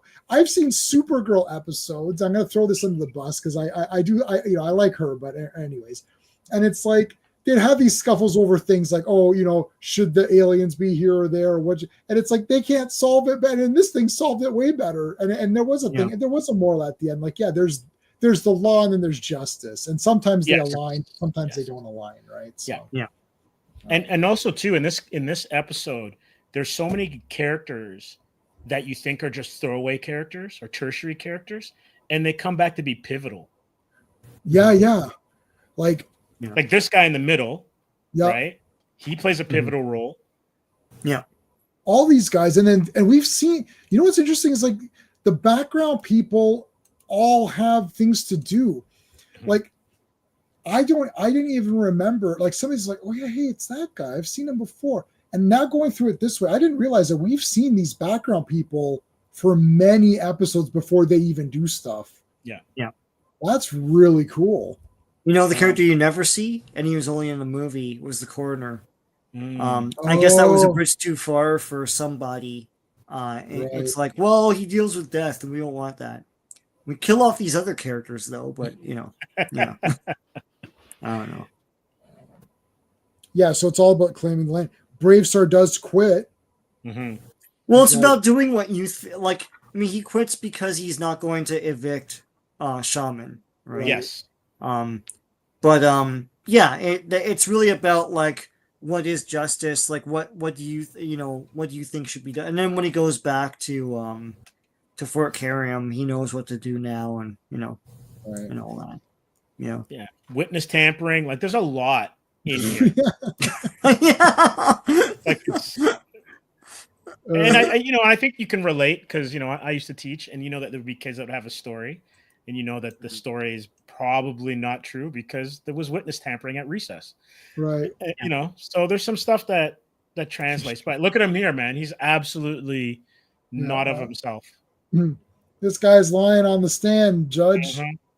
Yeah, perjury. Right, and she doesn't tip the scale. She goes, "Look, this is the law." I don't agree with it, but this is the law, right? Yeah. And then someone comes and says, "I am the law." No. Well, there is kind of a Judge Dredd-ish kind of "I am the law" dude. The guy who comes in later. Yeah. Let's see if we can. See if you can find. I love Tex Hex. Is like Tex Hex probably could have done all of it. He could have done more damage legally than. Yes. Yep. Yeah, he's too complacent as a villain in this one. Oh, this is awesome. His area. Mm-hmm. Where's Tex Hex's base? Right there. Like, when you were a small boy, you played with toys. These toys are now available at Towers and Woolworth, and I guess back then for sure. Each sold separately. Marshall, I can't do this because these guys are great, man. I'm pumped up for this. Yeah, he's hesitant to pull the lever, but he does in like episode, I can't remember 1 or 2 or something. Or 3. Sorry, 3. This is where he gives. Oh yeah, Stampede was only in the movie. Yeah. They mentioned Stampede. but they don't show them. It's like a JJ movie. They just mentioned. Yeah, it's a mystery box. It's a mystery box. All right. Anything else on that one? We're getting close to some of the really. It's just, I mean, we said it before. Like they're able to talk about things that other cartoons weren't able to, and it does remind me a lot of Fat Albert, which was another Filmation cartoon from like 10 years before this. But but like, you know, they dealt with things in there that you would never deal with today, and this is same kind of thing. Anyone who's like, oh, these cartoons are stupid, is like, watch this, because this was designed to sell toys and it was made for children. But like the things that they talk about here, for everything from like, land claim rights to colonialism to all forms of bigotry. Yeah, it's craziness, and even just like corporate ladder climbing, that's in here too. But no, okay, so now it was all fun and games for a bit. Now we're getting to the big ones here. Curium fever. Okay. And you're thinking this is Saturday Night Fever and there's these little. No. This is the real. This is actually like Gold Rush fever. Okay, so go ahead, Sean. Human prospectors become jealous of the prairie people due to their accessibility of Curium. Taking advantage of the conflict, Tex-Hex frames the prairie people for kidnapping J.B. McBride to instigate war between two parties. At the end, Shaman tells viewers to accept responsibility if they do something wrong instead of blaming others. Yeah, that's just one thing to think about in this thing. Like, there's Shaman, a lot to think about. One of the things, but like, yeah. I don't even know where to begin. This is where I started to realize that this cartoon, like, they're not messing around, and I'm not sure why on this cartoon they've really maybe they upped it. I don't know how well this did. Like, to me, it's like it was He-Man, Transformers, G.I. Joe. That's the big three. And then Thundercats is sort of your big four, if you can throw another one in there. Yeah. These other ones that we've covered, or like, like Thundar or BlackStarr or BraveStarr. All those other extra, all the star ones, I guess. Yeah. All the R's. Thundar, BlackStarr, all the double R ones. Zoltar and the Golden Lands. Yeah. Sure. Yeah. All those. So all of those ones were kind of like, yeah, it's okay. Maybe this was, I don't know if maybe it wasn't repetitive enough to be like comforting. Like, you always knew Skeletor, the episode was going to start with shenanigans, and then it would cut to Skeletor, who makes a plan, and then it cuts to them. What are we going to do? Right. And then they fight Skeletor. Like, it's the same every time, like the same format. And it's like good comedy stuff, and then cuts back. Skeletor, I'm gonna do this, and then cuts back. So you know exactly the format. It's comforting for a kid to be like, oh yeah, Mom, this is where Skeletor is gonna do something, and you're like, yeah. This one, there's like every episode starts differently. You don't know what's happening. You don't know what you're gonna be thrown into. This is almost like you could redo this with AI, or if you wanted to, like, now they can do it like almost like. And just up it a little bit, up the violence a little bit, and it could be like a proper animated series for adults. You don't even have to retool that much, really. Like, you could almost take most of it as is. Yeah, Thundar is awesome. We're gonna do Thundar, buddy. We're gonna do Thundar. At some point, yeah. We're gonna do Thundar. But this one, I don't even know where to, like, where do we even begin? Okay, so the prairie people pay. Now, I guess I don't understand, like, if the premise was that this place was rich in Curium, what's these guys' problem? It's like, you should be able to find it. And my other thing, too, is why wouldn't they just have just asked them? I guess they didn't think so. Like, they're so bigoted that they don't think that they can do that. Also, they don't regard them as people. Right. So, like, as people that think just like them. So, yeah. And so they could just take it. Like, they don't have the skill set, don't want to ask for the help. No. And then decide we're just going to take it. Yeah. Yeah. There's that one. But they complain about it at the bar. It's like it's So the prairie, you can't see it, but the prairie people have come in and ordered Sweetwater, and they're like, well, there's a Curium shortage. How'd you pay for that? And they're like, oh, we've got some, and they just pay. And they're like, that's where the guy's eyes light up, like, whoa, where'd you guys get? Like, it's like, how do you guys have all this? It's like, why do you have all this Carium where you don't need it, and you're not even people anyways. You're not. I know, human. but it's ridiculous because like they have it because this is their planet. Like, like, dude, you're a guest on someone else's planet. Like, what the hell is wrong with you? Mm-hmm. Yeah.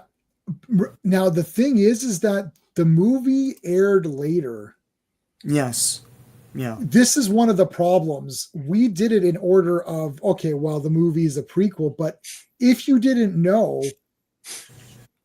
I can't remember if it's just established that everyone, like, I don't know if are they saying the prairie people, like we saw in the movie, yes, they landed here and the prairie people were there. So it's definitely like, he's the native or whatever. Like, so they're the natives to this planet.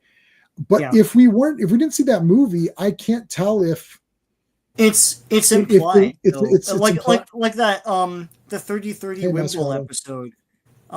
They talk about like this is their land and all that stuff, and you have to respect their thing of like, you have to adopt this kid or whatever, right? So but the thing is, like, watching that, you'd have to piece it together, like, yeah, I guess this is their land then, and you can't really so come in here and tell them what to do. So right? those guys are being all right, Mascarado. That's our buddy. It's Steven. Hey, Ross. Yeah. So Ross is going to come next week for a Green Night, so we're going to have a big panel for that.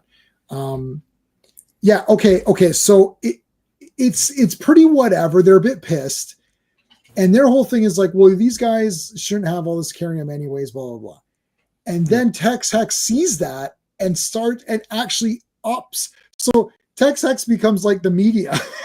He literally he makes them more pissed off. He's like, look, so he makes these robot prairie people to cause trouble and shoot around and cause a ruckus. And that actually escalates it because they're, oh, you see that, Marshall? Because BraveStarr's like, look, it's their land. They don't need to tell you where they got their Carium from. It's theirs. They don't need to share it with you. They don't need to tell you where they got it. It's theirs. That's it. And then they're like, oh, they cause trouble. He's like, no, they don't. They don't cause any trouble. They're just living their lives. But now so Tex Hex actually spied with his little thingy. Yeah. And then he makes robots to cause trouble.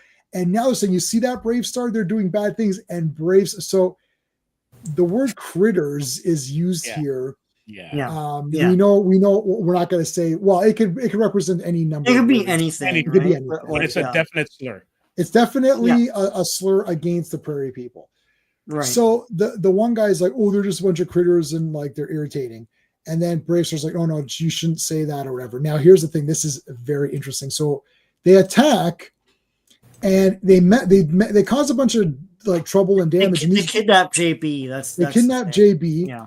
And so they're causing all this damage, and they kidnap the girl, and BraveStarr loves her.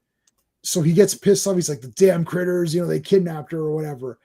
Yeah. And then Fuzz is like, hey, what the hell? You said critters. And he's like, oh shit. Now I can't play. I wish I could play it. But it's actually better written than anything, because BraveStarr's like, you're right. I shouldn't have said it. I was angry. And he's like, it's okay, BraveStarr. I know you don't really believe that. And you were just, I couldn't believe it. I'm like, what the hell? I'm like, this is like so good. It's like Fuzz went way up in my opinion, because he wasn't, he was like, look, because BraveStarr's native also. So it's clearly not supposed to be a thing. Sorry, what were you going to say, Sean?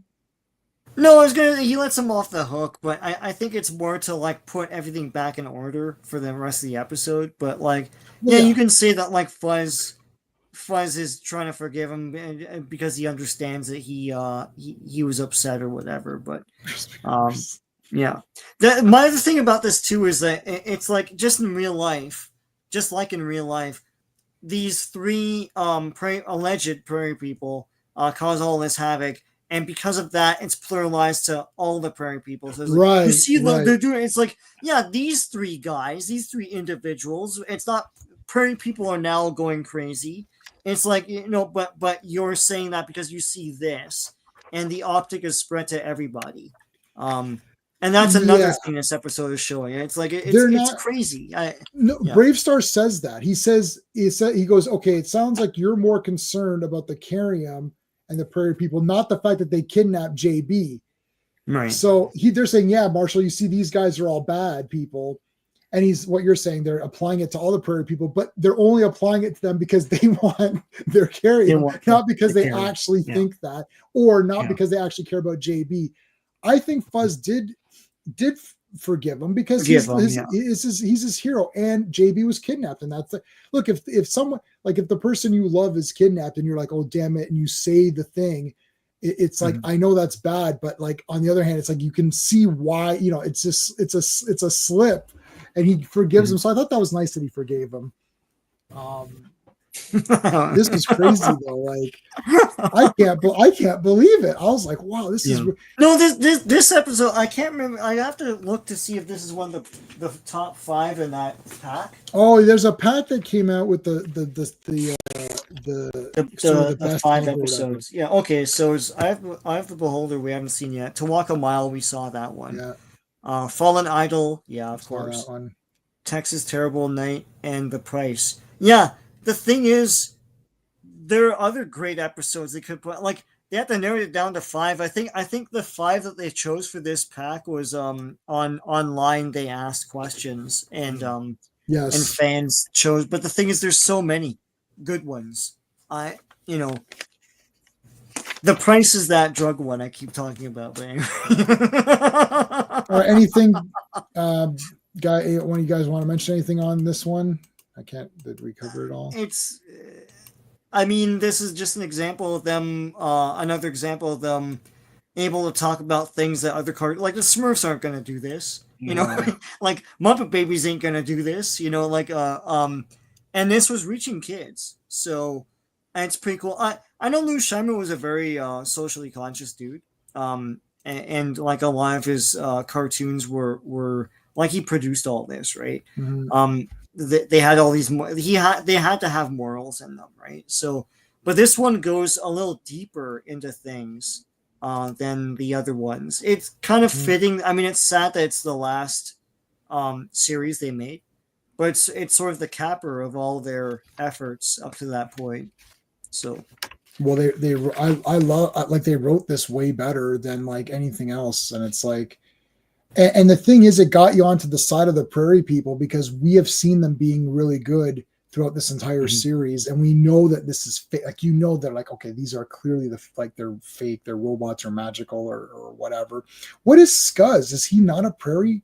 He's a prairie person. That's a great question because he kind of is designed slightly differently. Yeah, he is. But it's almost like he's an outcast from the prairie people. But remember, he got struck with the same demonic entity as Tex Hex, so he looks a little bit different. Oh, right. He's a demonized one of them. Yeah. This was great, man. I like this. I like Fuzz, man. He's a good character. He's a neat guy. You're gonna say, Steve? Sorry, Steve. Yeah. Things about the show, which I didn't really make the connection until we started talking. How much empathy kind of runs through all of the episodes, right? And it's kind of easy because like we're able to kind of relate to all the different characters, and where they're coming from. And it's really I'm struggling to find out how in the 80s they like whoever the broadcaster was or whoever the showrunner was able to like go, yeah, okay, let's do it and get this much in. Yeah. Right. Because I would have thought this would have been way sanitized. Oh yeah, for sure. Like I'm crazy.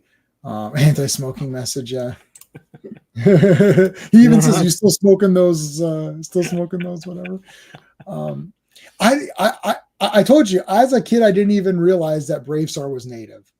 Right. That didn't even, like, obviously I knew this guy was native, but it didn't. No, but actually making him not obviously native is actually progressive for that time for sure, because you shouldn't just see his differences first. Right. Like, he's a marshal. He's BraveStarr. He's a marshal. He's a hero. He's a marshal. He just happens to, I'd love to do a live action version of this.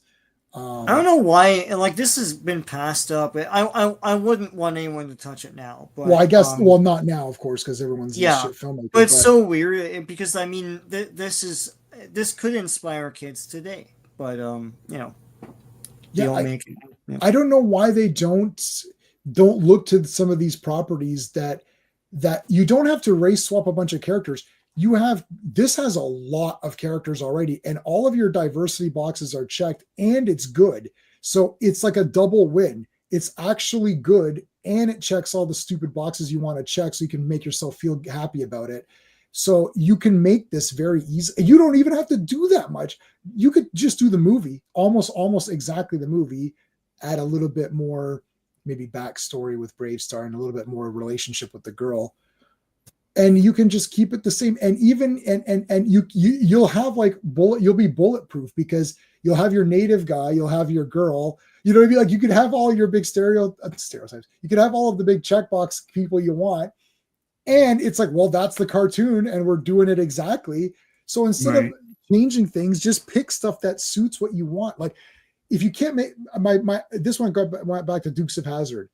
I understand that Dukes of Hazzard can't be made today because the Duke boys, running moonshine and all that, like to make that equivalent to today, you're going to have to make them drug dealers or something, right? Because like Breaking Bad, but fast. But right. Yeah. And you can't have the flag on the car. And if you can't have the flag on there, I don't know what to tell you. It was on the car. I don't know what to say. Like, we had a different upbringing. That's the thing. Like I had no idea what the Confederacy was. Me neither. So it's not like we were taught that in school. Right. But let's say they don't want to do, okay. So then my, instead of changing the Dukes of Hazzard to make it fit today, how about you just don't do it?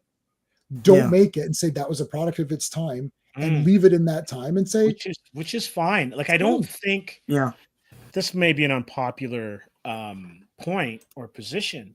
Not everything has to exist in perpetuity. I know. Like some things are like, and that's why I like anime and manga, where it's like, we're going to have 100 episodes and we're done. We're never doing it again.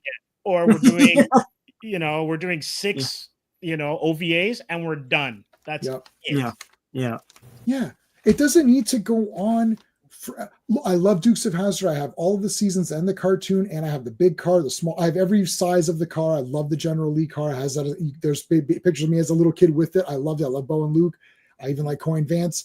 It's like I loved all this thing. It's like, oh, there's all this stuff. It's like, I didn't know any of that. So what do you want me to do? Erase? I mean, it's our childhood and its memories. I have a picture of holding my General Lee. Yeah, I've got tons of things. So it's. I don't know what to tell you, but I understand it. I understand. And also, I'm with you. Like, I have all the stuff. I can enjoy it whenever I want to. Exactly. I don't need like new versions of it. Right. And especially not bastardized versions. I'll say this, and this is super unpopular, but like the Cosby Show is in my top 10 favorite TV shows of all time.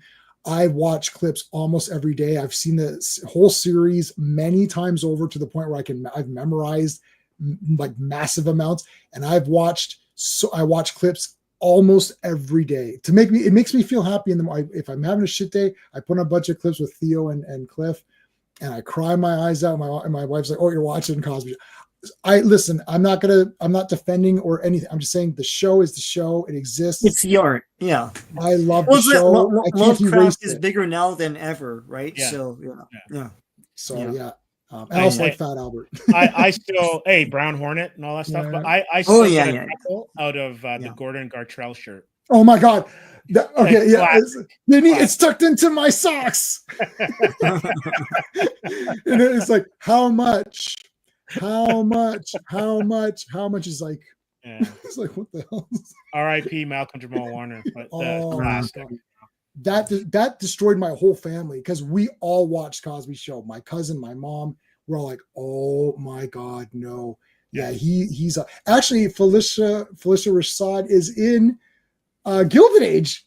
She's in the show I'm watching now. She's in Gilded Age. Yeah, she's in it. It's so great to see her in there. That cast is amazing. Oh yeah. Hey, Olivier Belmonte, how's it going? I only watch BraveStarr cartoons. I never got the toys. Me neither. I never got the toys. Supposed to Vintage Toylands, He-Man. Yeah, He-Man, G.I. Joe, Transformers are the big 3. Those are the big 3. Okay, memories. Memories. There's a lot here. Yeah. Yes. This one's loaded, man. Yeah. The Krang arrive on New Texas to capture Angus. BraveStarr and JB team up with Commander Kane, whom Angus has known for a long time. BraveStarr, JB, and 3030 tell viewers being afraid of something may make it seem scarier than it really is, and it's nothing to be ashamed of. Yeah, that's not what this is about. Yeah, what the heck? Okay, so first of all, you got these new slave labor introduced. Now, unlike go with the sheep guys, they're literally sheep. They're literally sheep. Like so on the nose. Yeah. Right. But these guys are losers. Let's face the facts. The prairie people are awesome. They get a lot of shit done, and they fight when they need to fight. These guys were losers. You know what, though? If they'd even put in a line that said they were pacifists, then it totally tracks. Yes. Yeah, then it's a Star Trek thing because there's a couple, right? Then it's a Star Trek thing, right? It's like, yes. And the Ood from Doctor Who are like that as well. The Ood, if for any Doctor Who people, real Doctor Who. Sorry for any people who care about the real Doctor Who. The Ood very like that. The Ood actually serve, and that's sort of their thing. And it's like, then you've got a couple of races in Next Gen and that were introduced. They're pacifists. It's like your planet's been taken over like 20 times. It's like, well, we just go with whoever takes over and that's it. But yeah, they do kind of fight at the end, so they're cool. They don't look as cool, but they're made to look very, very like poor, and you feel really bad for them. Mm-hmm. And these guys are big, tough, armored up guys. Like, I mean, they look awesome. And they're total dicks. Yeah. I love that they're cats. Because cats are kind of evil. Yeah. Yeah. I love cats, but they can be evil, man. Yeah. And then you've got this whole thing with your father's lonely, and he's a person. He's not just your dad. So much in this episode, man. Oh my God. I don't even this one. What's a sad BraveStarr? Oh, hold on. Oh yeah, here she comes. Yeah. Yeah, man. She's awesome. Yeah, she is. It's Rogue or whatever. Pretty much with that 60s, comb back. Yeah, whatever that is. Old lady Rogue or whatever. How come they haven't done Old Lady Rogue or whatever? Anyone who hasn't seen this, you're not going to catch what I'm saying because you can't hear the voice actress. Yeah. When I heard her, I was like, Janeway? She reminded me of Janeway, just her cadence of her voice and the way that she speaks. And when I tell you takes no prisoners, she has no time for anybody who cannot step up and do the job. She tells BraveStarr, stand down. I'm going to take care of this. She told BraveStarr to stand down. JB's like, thanks, Star Marine for coming down and helping us out. We appreciate your help. She's like, no, you don't understand what's going on here. I'm taking this over. You guys can go stand down. It's like, oh, amazing. She was awesome. And then her name is Karen, which is funny. Yes. And turns out she likes McBride. And it's like, she's rescued him a couple of times. Like, that's my father. It's like, yeah. It's like, wait a minute. It's not just that. It was like, but you were married. Yeah. So that totally implies that they had something going on while he was still with JB's mom. Yeah. Like, there's so much in this episode. This is like, this must have been like a failed sci-fi plot for live action that they then made into this. Yeah. Yeah. No, this is awesome. So they're trying to convince them to fight back, which will happen eventually. There's your Krang guys, your bad guys. And he's a reporter. Another thing here. Yes. He's reporting and they're like, okay, he's like, well, I've got to report this. And he's sort of being kind of like getting the finger point on him, saying, oh, you're just trying to make money off the violence or the bad things. You're reporting the bad news and all that. It's like, well, I've got to report what I got to report. So there's even that topic is covered. This could have been 3 episodes of coverage. Easily. Yeah. So they team up. She was bad. It's totally Janeway. Yeah. I like Janeway. Our friend Clobby did not like Janeway.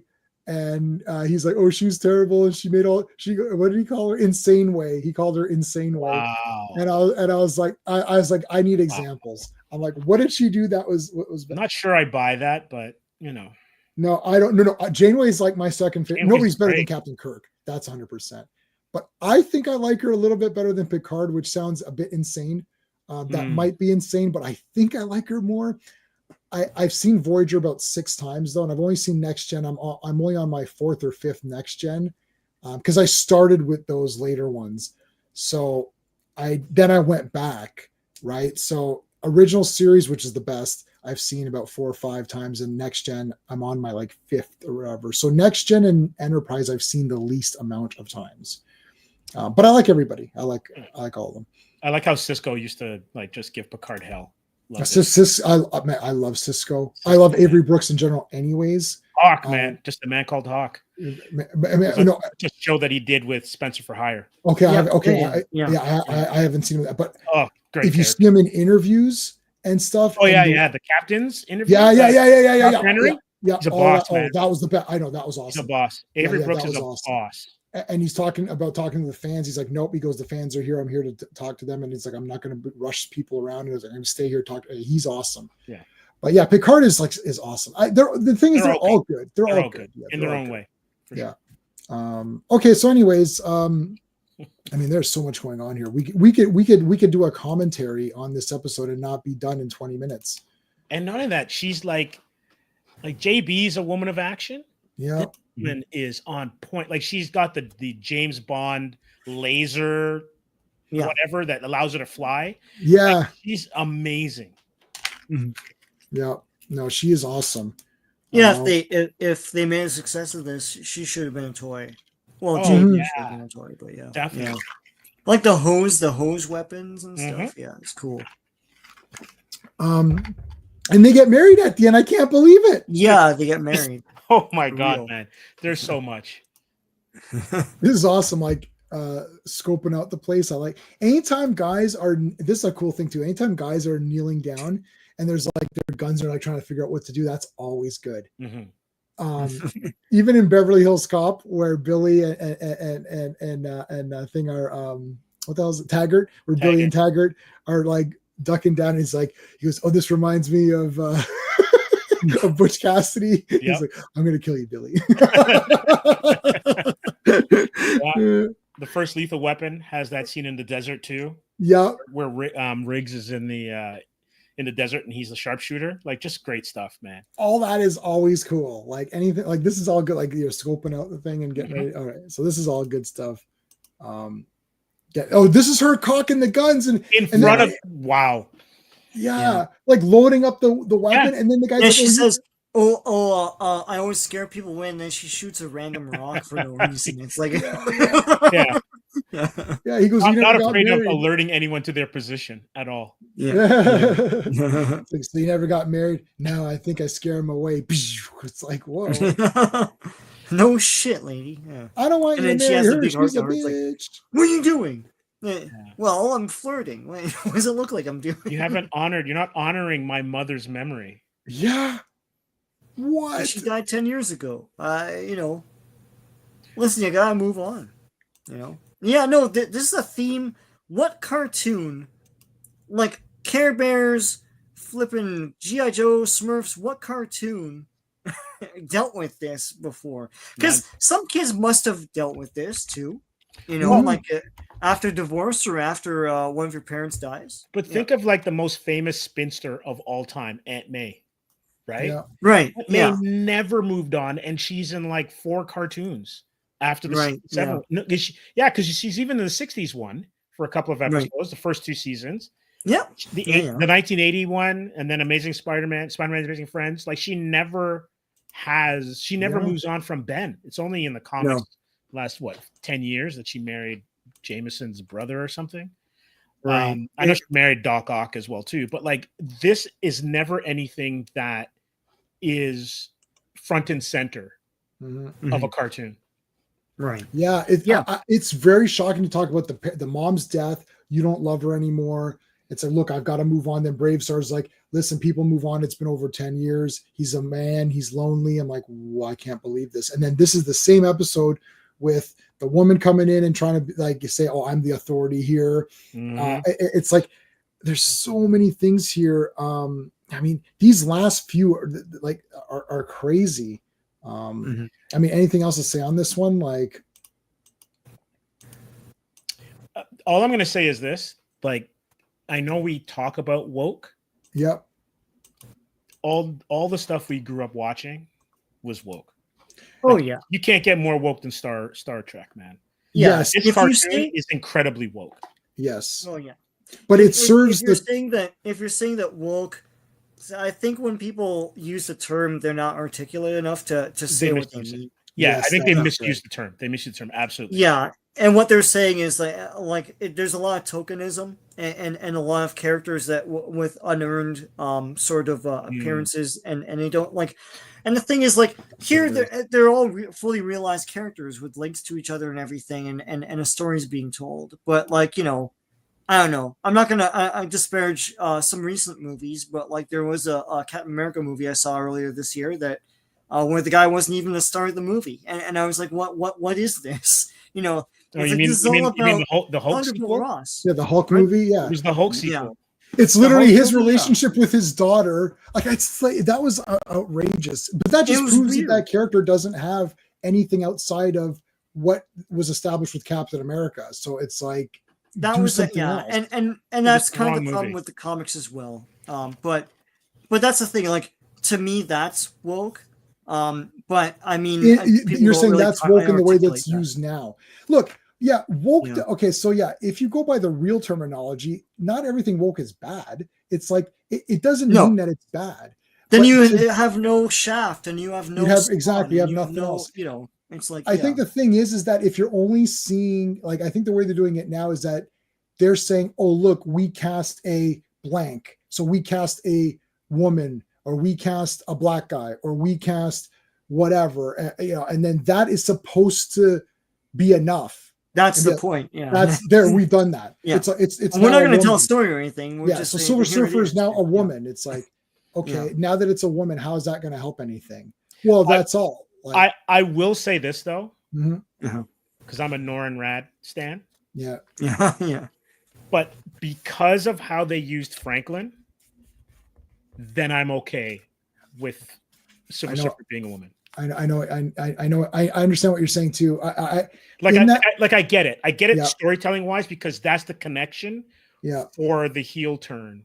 Right. Later. Right. Yeah. In the movie, it's okay. Yeah. But the idea of it, I don't like, because it's like it's Jack Kirby's soul. Like they put 828 and they put the Jack Kirby thing at the end. It's like, oh look, we put his birthday and we put him and Stan in the movie. That's cool. Yeah. And that's all really cool. But it also would have been cool if you just honored his actual story, which has a lot of depth to it. So I don't know what you're saying. Like putting some fan service shit in there to say, like, look, we love Jack Kirby. Do you? Anyways, I don't think Fantastic Four was that bad of a movie. I'm going to buy it on 4K. I'm going to rewatch it. I liked it. I liked it better than Superman. Oh, it's 4,000 times better than Superman. At least it's a movie.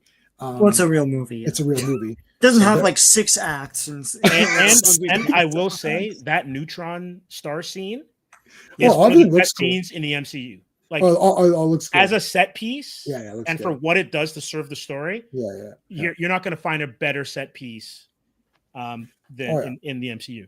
Did you see the artistry? The artistry is way up. Like I saw it in IMAX, and I saw it in IMAX too. It looks awesome.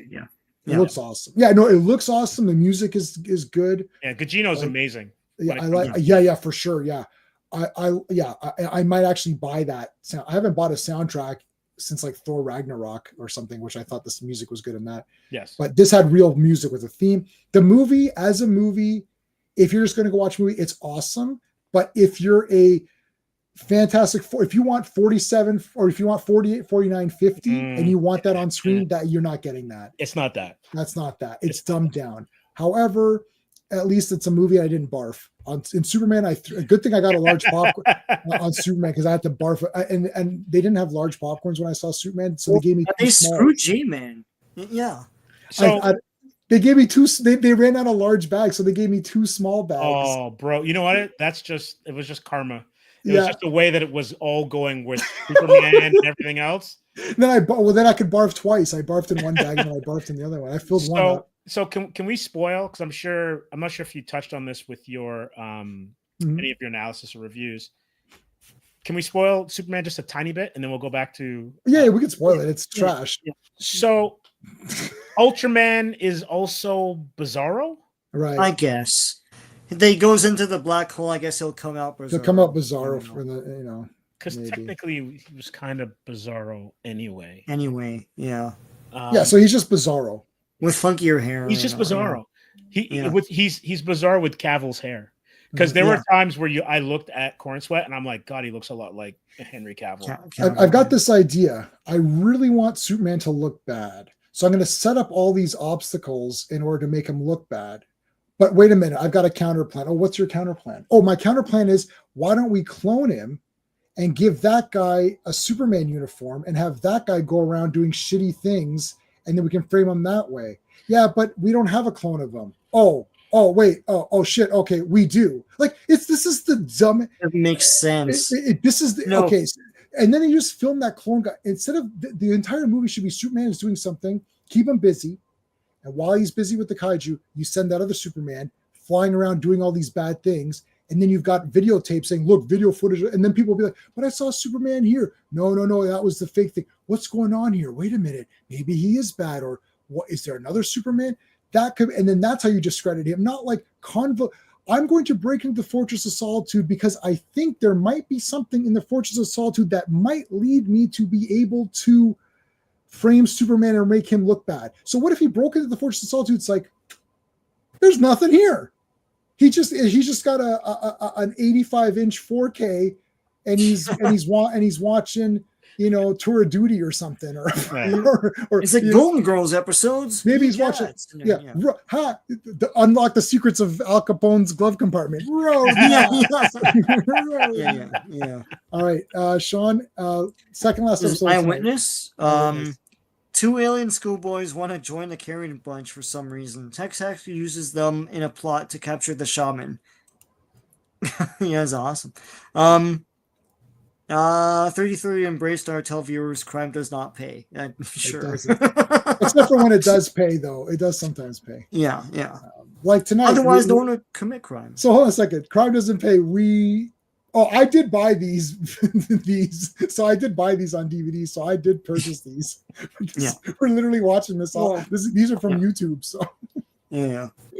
It does pay because I'm monetized and I just got $5. I got a $5 super chat. So literally it paid me. I literally got paid. All right. Okay. So, so wait, the toys were great. Oh, awesome. I didn't know. Yeah, that's awesome. Okay. So these two little guys, they want to join Tex Hex. I love these guys are setting a trap here. Yeah. And they fall through the trap. Hey, we want to join you, Tex Hex. I'm gonna eat you little guys alive. No. Yeah. What caused them? What caused Grumpy Bear's nephews to go bad? Like, why do they? Was it like the rap music? Like, what was it? No. They run into Handlebar, and then the next thing you know, they're like, "We're gonna join Tex Hex's group." It's like, why did you even think of this? Like, they're not even appealing. No, they're homeless. They live out in the desert. It's like this guy does not look like an appealing dude. No. So, I like Tex Hex. See, you're just because he's evil, just because he looks evil and commits evil crimes and hates everyone and wants to kill you, you're judging him. Is that what we're getting at? Yeah, they attack the town all the time, and when they do, there's these sirens and everything, and it forms a fort. It's like you're inside it. You have to glean what, like, kids aren't that dumb, but anyway. Well, they're supposed to be the kids. They're going on the wrong path. Yes. So we've got to. That's the broad strokes of it. Yeah. Yeah, they're on the wrong path. You got Memento on DVD. They look more like gummy bears to me, like the way they're designed with the snouts and everything. I've got all these box sets you're talking about, Daniel. I have everything. I own it all. She is awesome, Vipera. Yeah. She-Ra season 2 was at Zeller's in abundance for some reason. In Canada, and I bought an extra copy. Yeah, in Canada here. So yeah, before Zeller's went under, but yeah. And I've got Memento. I'm not going to buy Armageddon on DVD. Sorry, Joe Dog. I do not like that movie. And SpongeBob SquarePants. I have never watched that. I think that's after our time. I'm sure it's good. But yeah. But he's a square. It's got some merits, man. Yeah, it looks fun. Patrick and Squidward, man. Oh Lord. I like Aqua Teen Hunger Force. Oh yeah. That's actually, funny. I don't know if any of you've ever seen this series. It's a bit eclectic, but the Venture Brothers is peak. Oh. The Venture I know Brothers, of it. It looks. Yeah, it looks like the type of thing I like. Yeah, it basically spoofs everything we love. Yeah, like the Johnny Quest-ish. Oh, it's absolutely Johnny Quest. It spoofs the Fantastic Four. It is so good. Like it is one of the best series ever. The Venture Brothers. I'll borrow it. Joe Dog likes it too. Okay, I like that Archer, which is Archer. Archer's good, but for me, I am Venture Brothers before Archer. Yeah. Wow. Hey, here's the kid that puffs himself up to. Oh yeah, that's right. I'm loving Cactus Head's design. There's something about him. He's neat. Yeah. Hey, Marsha BraveStarr. Marsha BraveStarr. Anyway. Yeah. Okay, so they get this. So the shaman, they want to get the shaman, and he never leaves. He's got agoraphobia or whatever. He never leaves that mountain or whatever. Yeah. But he does leave on special occasions, and they're so special that when he leaves, they get a present for him. Yes. So the class is going to give him a present. So then this guy, Tex Hex, says, "Hey, you two guys, you want to join my gang? We'll give shaman this gift." But then they're like, "I don't know. At least they're not stupid." They're like, "I don't know. This seems kind of weird. Why are we doing this random mission?" And they're like, "Let's just open this before we give it to him." Did you want to join? Do you not know what this guy's about? Like, God. What is he about? What is he about? What's this all about? I demand to know what this all about.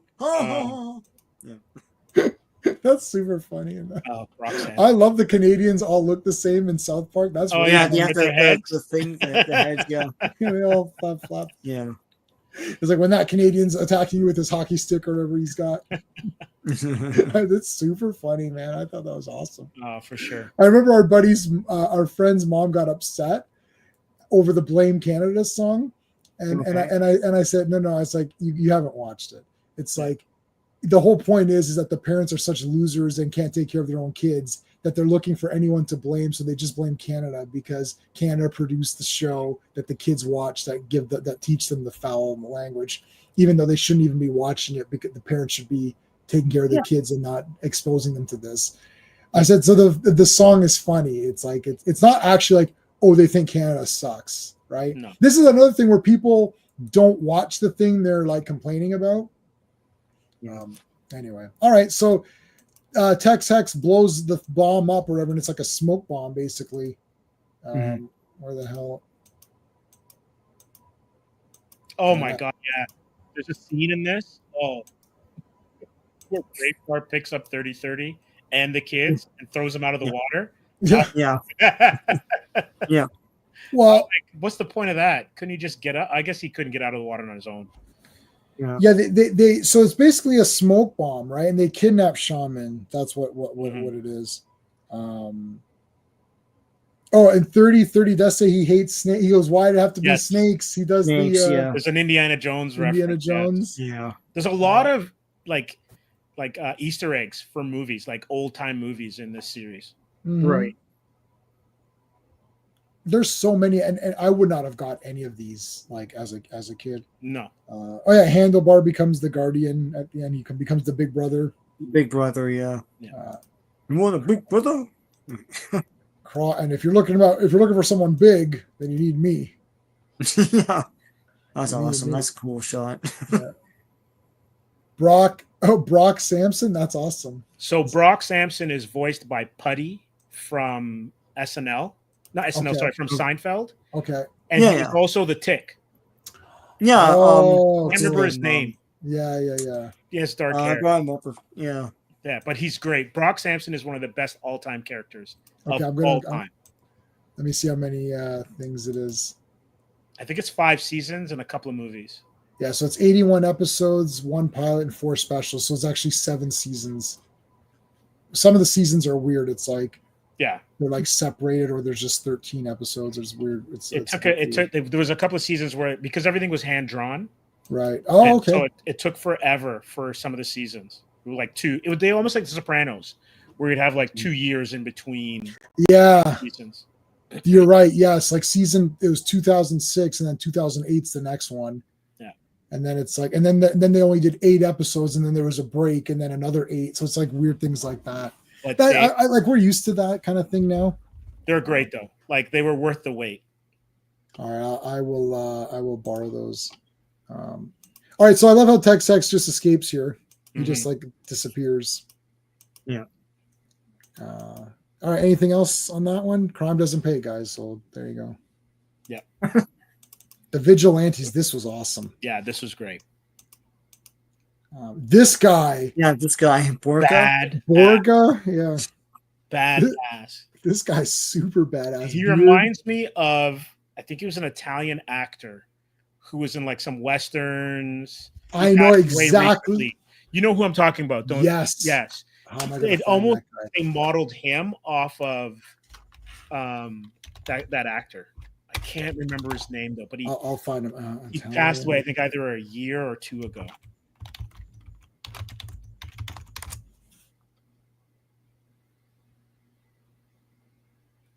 I think it's this guy. Oh my God. Is it Bud Spencer? Yeah, Bud Spencer. That's it. I found him.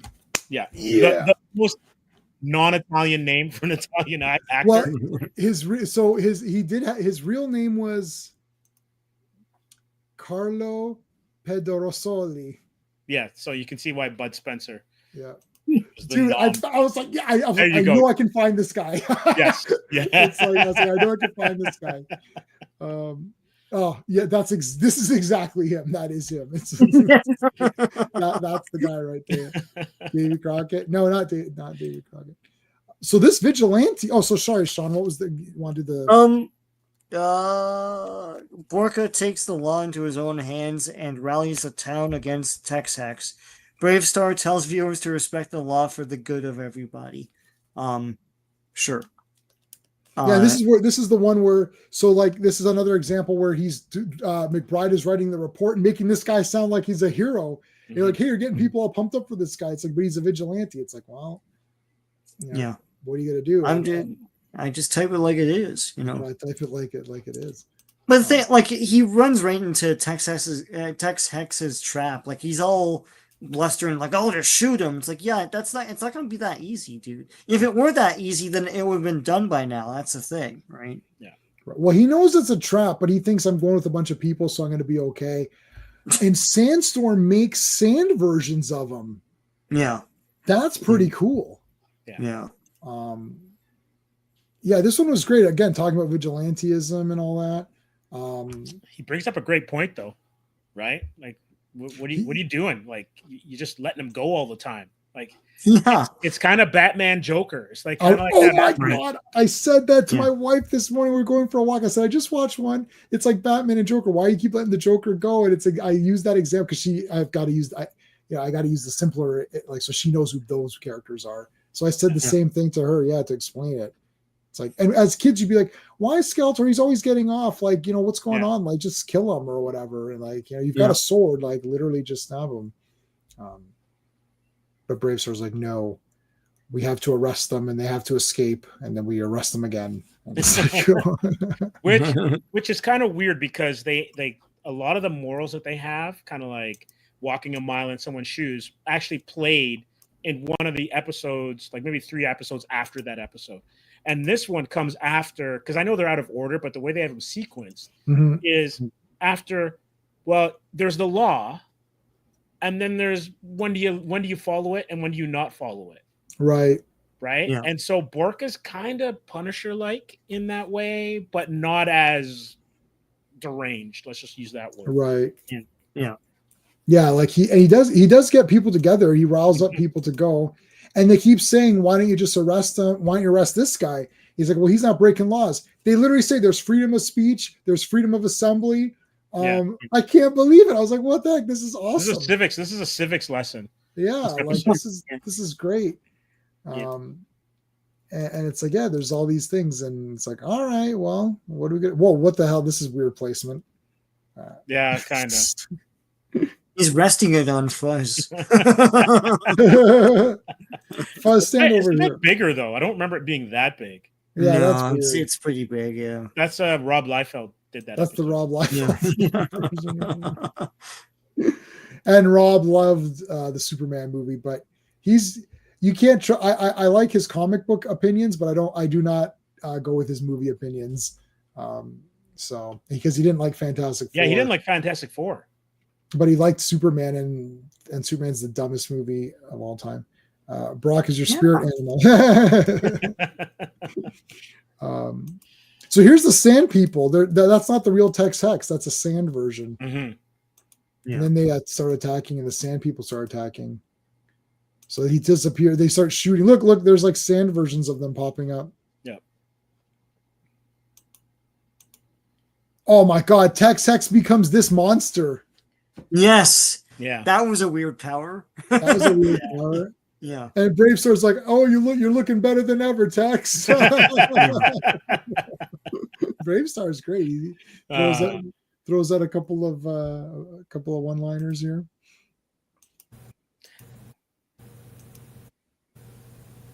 You glad you're not see that movie? Looks terrible. I liked Alien Romulus, Joe Dog. So did I. Yeah, I liked it, man. I like that one. Reminds me of Wizards, yeah. I'm interested to see what Alien Earth is going to be, just because I love the Alien franchise. Me too. My friend who runs the Action Elite, he always gets everything like early, so he's already seen it all, and he said it was pretty good. He goes, the first 2 or 3 has a lot of good like gore, and he goes, there's an episode or 2 where there isn't really much. It's just a character episode, but then it goes back. He goes, it's more like Alien Part 1, which is one of my favorite movies. Okay, there's nothing wrong with that. As long as it world builds. Yeah. And I again might be unpopular in this. I love the engineers. I wanted more engineer stuff. Yeah. And so if they go more into that kind of lore, then I'm happy. I saw Prometheus 3 times in IMAX. Prometheus 3D. Is so good. Yeah. I saw it 3 times in IMAX 3D. I was like, oh, wow. And yeah, Joe Dog, man, I liked Alien Romulus. I'd say it's like my 4th favorite Alien movie, to be honest with you. Alien 1 to me is a 10 out of 10 masterpiece and one of my favorite movies of all time. And I own lots of Aliens, and I love Alien. Aliens is a 10 out of 10 awesome movie. I don't think it's as good as Part 1, but it's really awesome. After that, 4 was okay. 3's not that bad, I don't think. I don't even mind AVP that much, like the first one. So, I thought Prometheus was, so for me, it'd be like Alien, Aliens, Prometheus, Romulus. I think I liked Romulus because that's a good list, actually. Like, and then maybe 4 and then 3. Like, I don't mind 3. I actually don't hate any of them except for Alien versus Predator Requiem. That's a piece of shit. You can't even see what's going on. It's dark. The entire movie's dark. Alien 3 was terrible. I didn't hate Alien 3. I don't know. I like Sigourney Weaver. I like the setting. I don't know. It's not that bad. I mean, I think it's the whole Hicks. Yeah, that's all getting shafted at the beginning. Yeah, that sucks. Totally sucks. It's stupid. That was a dumb move. I agree with that aspect. You killed Newt. Come on, that's stupid. Yeah, that's the whole point. And what's the point of 2 then? Exactly. Yeah. But I don't hate it. Like if you like in my mind, I'm like, oh well, they sucked anyway. They're dead. It's like everyone dies. That's how it goes. But anyways, but I liked Alien 4. I saw Resurrection twice in the theater. I never got to see Alien movies in the theater until Resurrection. So then I just went crazy. Every one that came out, I went multiple times. It's like, oh, I got to see these. I didn't see Romulus. I saw Romulus by myself. I went to like the 1 p.m. I'm like, I've got to go see this. I don't care. So I liked it, and I liked Slender Man at the end. I know people didn't like that thing at the end. But it makes sense though. It makes sense if you know the other ones. If you watch, exactly. There's always a new creature in those movies. Yeah. And that thing was weird. When she gave birth to it, I was so happy in the theater. I actually cheered. I was like, yeah, because I was like, when she didn't impregnate herself with that goop, I was like, oh, I was like, that's you didn't use that. You didn't put goop. And then when she did the goop, I was like, yeah. Our $5 at the very end, buddy. Thanks, man. I appreciate it. Cred Nerd, the sky over the port was the color of television. tuned to a dead channel. Name the book. Oh, hold on. Oh, first, let me give you we're going to think about that. So we're going to think about that one. And while we're thinking, we can have well, I haven't used this one in a while. The sky over the port was the color of a television tuned to a dead channel. Name the book. Oh gosh, I've only read like 3 books. No, I've read more than 3 books. I've not read very many books. I don't know. What is it? 1984? I have no idea. Does anyone know what that is in the chat? No clue on my side. Yeah. Mm-hmm.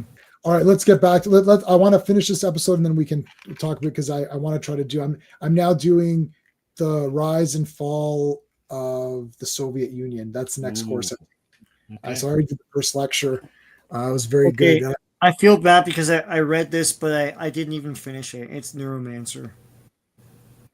The book? Okay, nice. Yeah, the book, yeah. And this book. I didn't. It's William Gibson's thing. Should I read it? Should I get it? I'd have. When I tried to read it, I was in high school and I stopped and I never went back. But he's the guy who created Cyberpunk. So right. Yeah. I'm reading this today. I was reading Sharp's Fortress. I don't know if you guys know Sharp.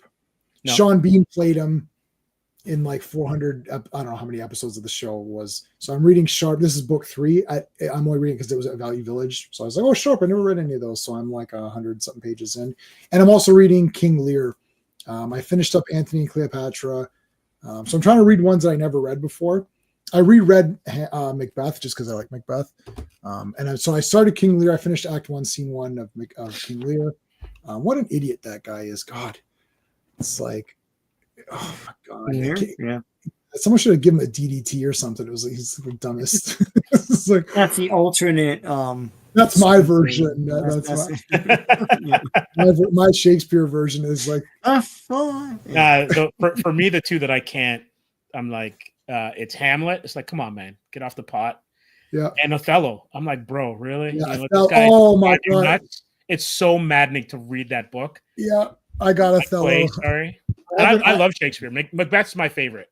Me too. That's my favorite too. Out of the ones I've read, I've only read like 5 or 6. It's a comic book. It's a comic book as a play. Yeah, I like Hamlet. So I did a lecture on Hamlet, and it really made me like it a lot more with this guy talking about. Oh, there's a lot there. It's a great play. I don't like the character of Hamlet. Well, he drives me nuts. Well, he made me 180 it about. There's a whole thing. It's like he goes, he is not just putting it off or whatever. There he goes when he kills Ophelia's father or whatever. He went to action right away. He went right. So him going back and forth is actually pretty cool. Anyways, whatever. That's right. Let's finish. Have you ever watched? I have. Yes, I have, and I own it on Blu-ray Criterion. Oh man, yeah. Polonius. Yeah, I was gonna say Polonius, and I second guessed myself. So definitely FIP. Lonnie Anderson. You mean Lonnie or Laurie Anderson? Wait, Laurie Anderson. Yeah, I don't know. I don't know who that is. We'll look her Who's up. That? But yes, I own. Ron or Ran, however you want to say it. I own it on Criterion Blu-ray. It's awesome. I've seen that a few times, I think. Okay, so anything else on this one? I mean, he turns into that monster, and then vigilantism is bad. I guess that's the. Yeah. Laurie Anderson, American. Who is this person? I don't know who this person is. Oh, artist and musician. I don't know her, but I feel like I should know her. The name sounds familiar. I don't know anything about music. That's my only problem. Lonnie Anderson, is that what you're trying to say? Lonnie Anderson? Oh, yeah. No, Lonnie Anderson. I know. WKRP. Did she not die a while ago? I thought she did. Lonnie Anderson. I don't think she's passed away. No, August 3rd, 2025. Oh, wow. Man. What the hell? I thought she died a while ago. Sorry about that. Yeah. That's wow. Sorry, she and Bert back together. Yeah. That's crazy. R.I.P. Lonnie, man. Like WKRP is one it. of the best shows of all time. It's great. Yeah. I've got it. I've borrowed it from the library, so I have it borrowed. And I think I have to double check. I think I have the real version. Oh, so you have like all the original music. The music in there. I think Nice. I've got to go through them. I found, because the problem is if you buy that, obviously if you buy it on DVD, you're not going to get the original music. No. So I need to find an episode where the problem is that I don't know anything about music. Movies, yes, right. That's my thing. Movies, I like comics, obviously. Music suffered. My favorite band is Iron Maiden. And I can't even name you all of the members. If you give me a multiple choice, I can name them all. But I can do all their songs. Like there's certain albums I do. But yeah, the music was part of the gags, though, right? Like there was one episode where the song kept saying, "This is it," and then he's trying to. It's Les Nessman's trying to pick the needle up. He keeps saying, "This is it," right, so I like that. So what episode is that? That's the thing. I can't. I couldn't remember season 1. I couldn't remember the episodes, but I can't tell you the music. Right. That links to certain episodes. Like, I can't tell if it was if it was the song from that time or not. Like, that's my problem. I'm not going to know unless it's obvious, unless it's an obvious song that I know. And it's not, I know a lot of songs and I can sing them, but I don't know the artist and I don't know that, like, if you say, what is this? Because my mom, I watched a lot. I was just thinking about this. We're pretty much, we're into the next, we're done for tonight. Oh, one thing before we leave BraveStarr, I love I think it was episode 11, maybe 12. JB sleeps with her hammer under her pillow. Oh yeah, that was that hammer gets a lot of action. Yeah, man. Yeah. We won't stay on too much longer because I want to do that course. But yeah, so I don't know the music, and I was like, so every so often I go through TV show intros, and I just realized like I watched a lot of TV, and my mom, I watch Bosom Buddies. Oh yeah, and it's just random shows, and it's like, why am I watch like Mary Tyler Moore? Like there was no option. Like you had 3 channels. Like when Fox came out, and it was like Simpsons and X-Files. Right. Yeah. That was huge. Right. And then you got the CW and you got all like the black comedies and stuff. Yeah. But for the longest time, like I didn't even really realize when the certain runs for certain shows were, because I grew up watching the $6 Million Man. Yeah, me too. It wasn't until like, I don't know, in my teens, I realized, wait a second, this thing came out in 73 and ended before I finished public school. Like it was like 73 to 78 or something. Yeah. So I was watching it coming home from lunch or after school when I was in junior high. But I loved that show as a kid. Like I had the toy with where he lifts the engine and all that stuff. Red tracksuit. But you only had 3 channels. So if it was on, and I used to do my homework in front of television, Mom, you didn't hear this, but I used to do all my homework and I would draw comics and all that stuff and just have TV in the background. So late 70s to like mid 80s, I would watch everything. Falcon Crest, Dallas, Automan, Miami Vice, Magnum, Riptide, like anything Stephen J. Canal put on, I probably watched. Anything that Donald P. Belisario did, I probably watched. And that's just how it was. Starsky and Hutch, I remember watching that coming home after school. Of that too. Yeah. Right? Yeah. So this is my thing. I don't know when these shows are from. Like, because we're going through all these, because I always go all the like theme tunes and I know them all. Oh yeah. Starsky and Hutch didn't really have them. They kept changing their thing. They were like, they had that at the beginning. But anyways, and it's like, I don't know what they're from. I'm like, oh yeah, shit, this is old. And then, and it was funny because I was like, well, you know, a lot of like I can sing the whole thing or hum it if it has no lyrics. And she's like, this is from the 70s. How are you watching? It's like, I just watched in repeats or whatever it was on. And CKVR here in Toronto. They played all the old stuff. CKVR Global in the afternoon. Yeah. right? But like if I faked sick from school, yeah, that's what I was watching. Just the DVR like through the day is awesome, man. Yeah, so it's like, why are we watching these random weird shows? But that's just what we were watching. But the thing is, too, is that they all had something to offer in a kind of a neat way. You liked some of the characters, or something was funny. Well, right? Brady Bunch was like 20 years after their run, and I was watching it like it was brand new. You know, Gilligan's Island. I remember the black and white episodes. I remember the color. Like I Dream of Jeannie, obviously Batman. Like Time Tunnel, Star Trek. I have that on DVD. Time Tunnel is badass. Right? Like I even used to watch the Star Trek cartoon. Oh, that's a great cartoon. Yeah, great. That's great. Yeah, I have that on DVD too. I have all of Real Star Trek. I own all that. And it's very good, that cartoon. Time Tunnel is good. I made Doug and Tony I make these little papercraft characters. Right. Do I have one here? Hold on. I might even have Doug and Tony. Hold on a second. Oh, but cool, Jack. Yeah, but it's crazy though, because like that stuff was just part of pop culture and our existence. Now there's so much you don't even like. That's I don't think I can find Doug and Tony. Yeah, when did that come out? Like there's like hundreds and hundreds of programming of shows. Right. Oh wow. Okay. So that's there you go. That's what's his name, Cosmic Boy with his Chippendales. Yeah. So I make these. I know there's the guy Blockheads who does it, but I've got the pattern. I make them myself on Photoshop. So I make Doug and Tony from Time Tunnel. Yeah. Nice.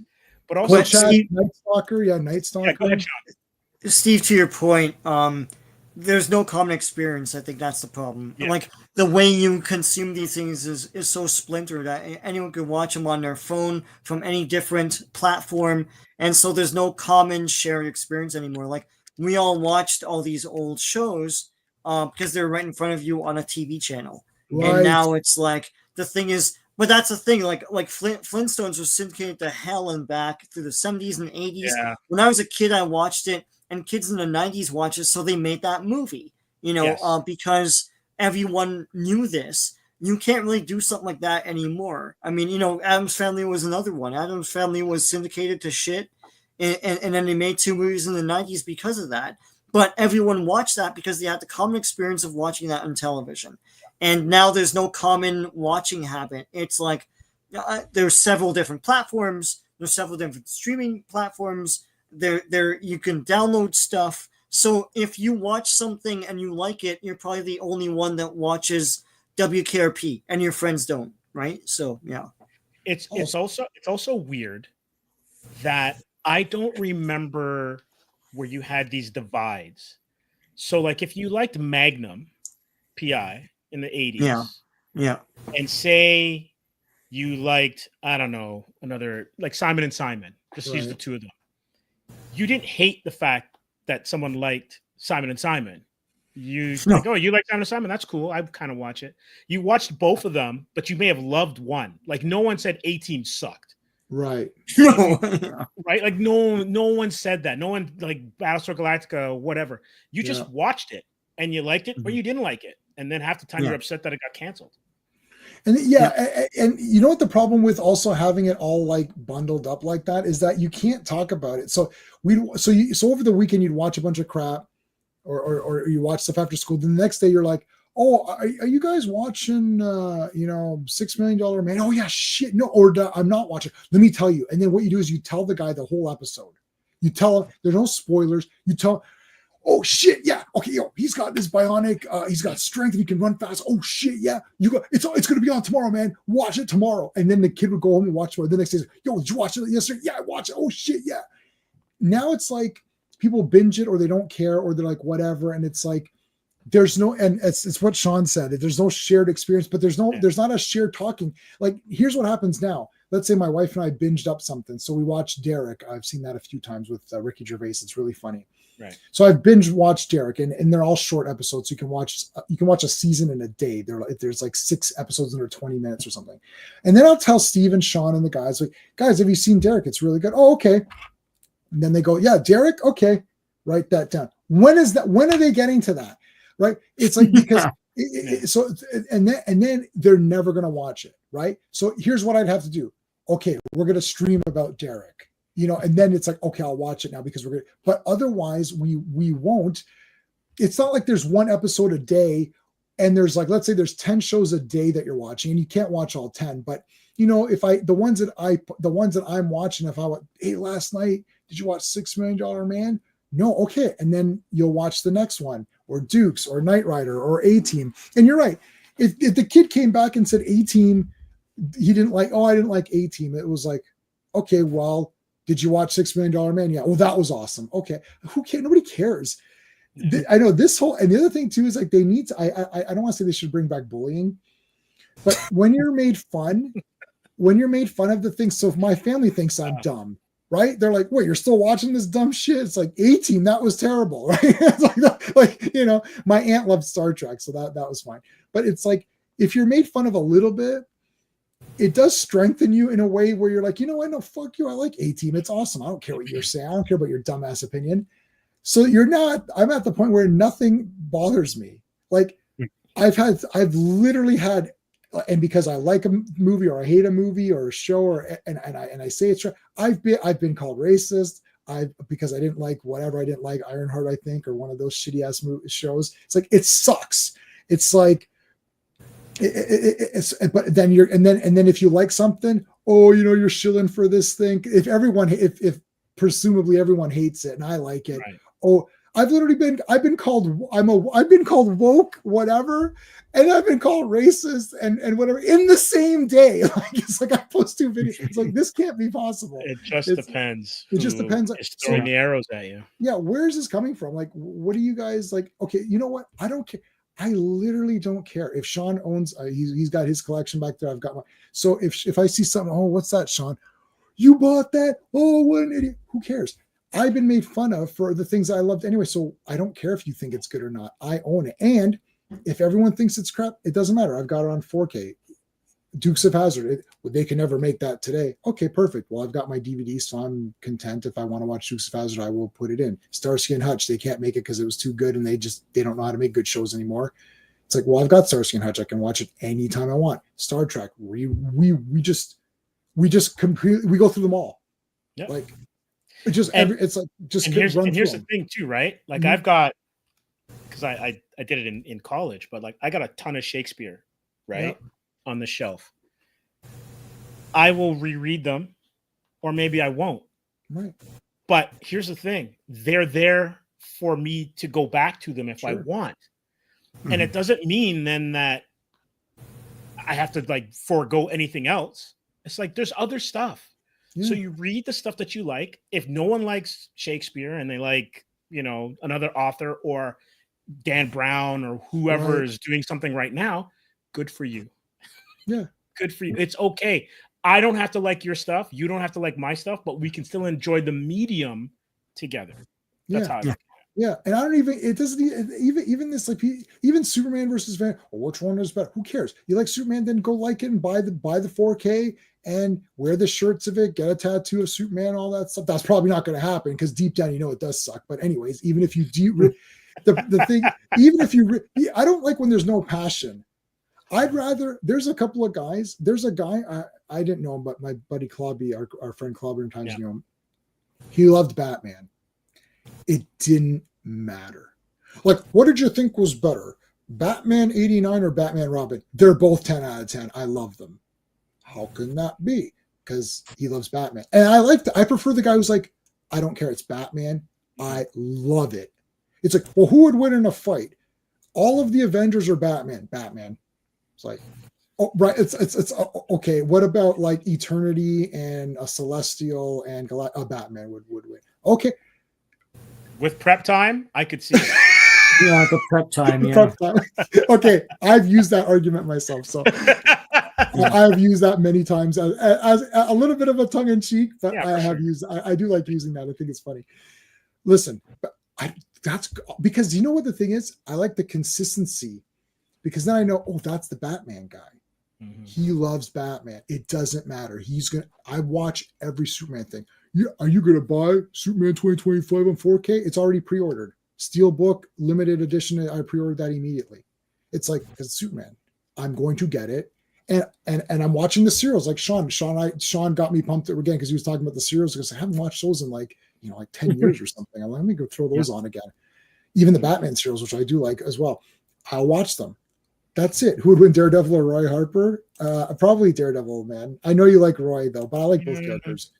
But it doesn't matter. It doesn't matter. If you want Roy Harper to win, then he wins. It depends. Like as a buddy of mine says, it depends on the writer. Depends on the writer, whoever he likes more. But but I hate when someone's lying to me or themselves or to people in general. It's like just be.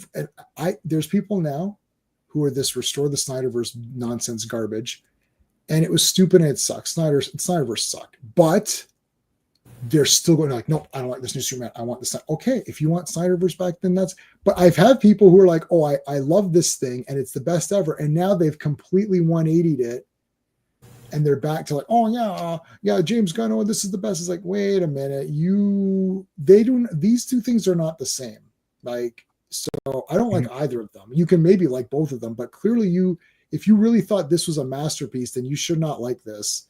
And if you thought this was a masterpiece, then you should not like that. If you're being honest in how you want, I don't like any of it. The last for sure 10 out of 10 Superman movie was Superman 3, and I even like Superman 4. I'd give that a 9.9 out of 10. I'll remove 0.1. No, I'm giving it a 10 out of 10. I'm going to give it a 10 out of 10. I lied. Sorry, I was trying to distance myself by giving it a 9.9 out of 10, but I can't do it. I got to give it a 10. So there you go. All right, boys, we got to end off. What's going on, Steve, with your channel? Everything's good. Editing some more videos. I think we've got some Yannick Paquette up there. I'm working on some other ones. I think I mentioned it last week. Mm-hmm. And we're also planning a graphic novel for Atrium. So yes. And I also just sent out the files so we can get it translated into Portuguese. That's awesome. So we're going to get a French version and a Portuguese version because our artist is out of Sao Paulo, Brazil. And perfect. Yeah, so it's perfect. And I plan to go there in December. And wow. Do an in-store signing. Awesome. Whoa, that's going to be so good. Fingers crossed. Man, that is awesome. I travel. We want to go to Japan, but we're just like, I still want to go there. I know. We were just like, I went to Croatia. That's the only place and I've gone to the States a few times, but like Croatia, I went when I was a kid. That's where my family got to meet my I met my great grandparents, which is pretty crazy. Anyway, Sean, what's going on? I put up Action Comics 244 today from September 1958. Is that Superman? Wow. And Superman, yeah. And also Congo Bill and all those guys. Oh, Congo Bill's awesome. Marvel 2-in-1 number 9 is coming out tomorrow. Do you get like 2 in one comic in that? 2-in-1. Wow. And Wow. Marvel 2-in-1 number 10, 2 days from now, that's with Black Widow. Tomorrow's Thor and thing. And I have a video coming out, I think around Wednesday, what's it called? 1978 Marvel house ads. A bunch of house ads I go through. Those are beautiful. I love those. Yeah, they're fun to look at. So yeah. Anyway, stay tuned. All right. So tomorrow's Earth's Mightiest Mondays. Tuesday is Hollywood Chainsaw Hookers on my buddy's channel, which is great. I actually took a lot of notes. Oddly enough, Wednesday is Hard Boiled Chayo and Fat Tony Lang. Love it. Destroy hospitals and warehouses and whatever. Friday is Star Wars, and next Sunday the Green Knit. And he doesn't say knee. He's not a knight who says knee. He is a knight who wields an axe. There you go. It's pretty good. That's it, folks. Thanks for joining us. We appreciate it. Thanks to the members. Thanks, R, for the super chats. Thanks, Joe Dog, everybody else that was in the chat. We appreciate it. Until next time. Hey, friends. You've just been listening to J-Man, and he is the smartest person who ever lived. So make sure you like and subscribe.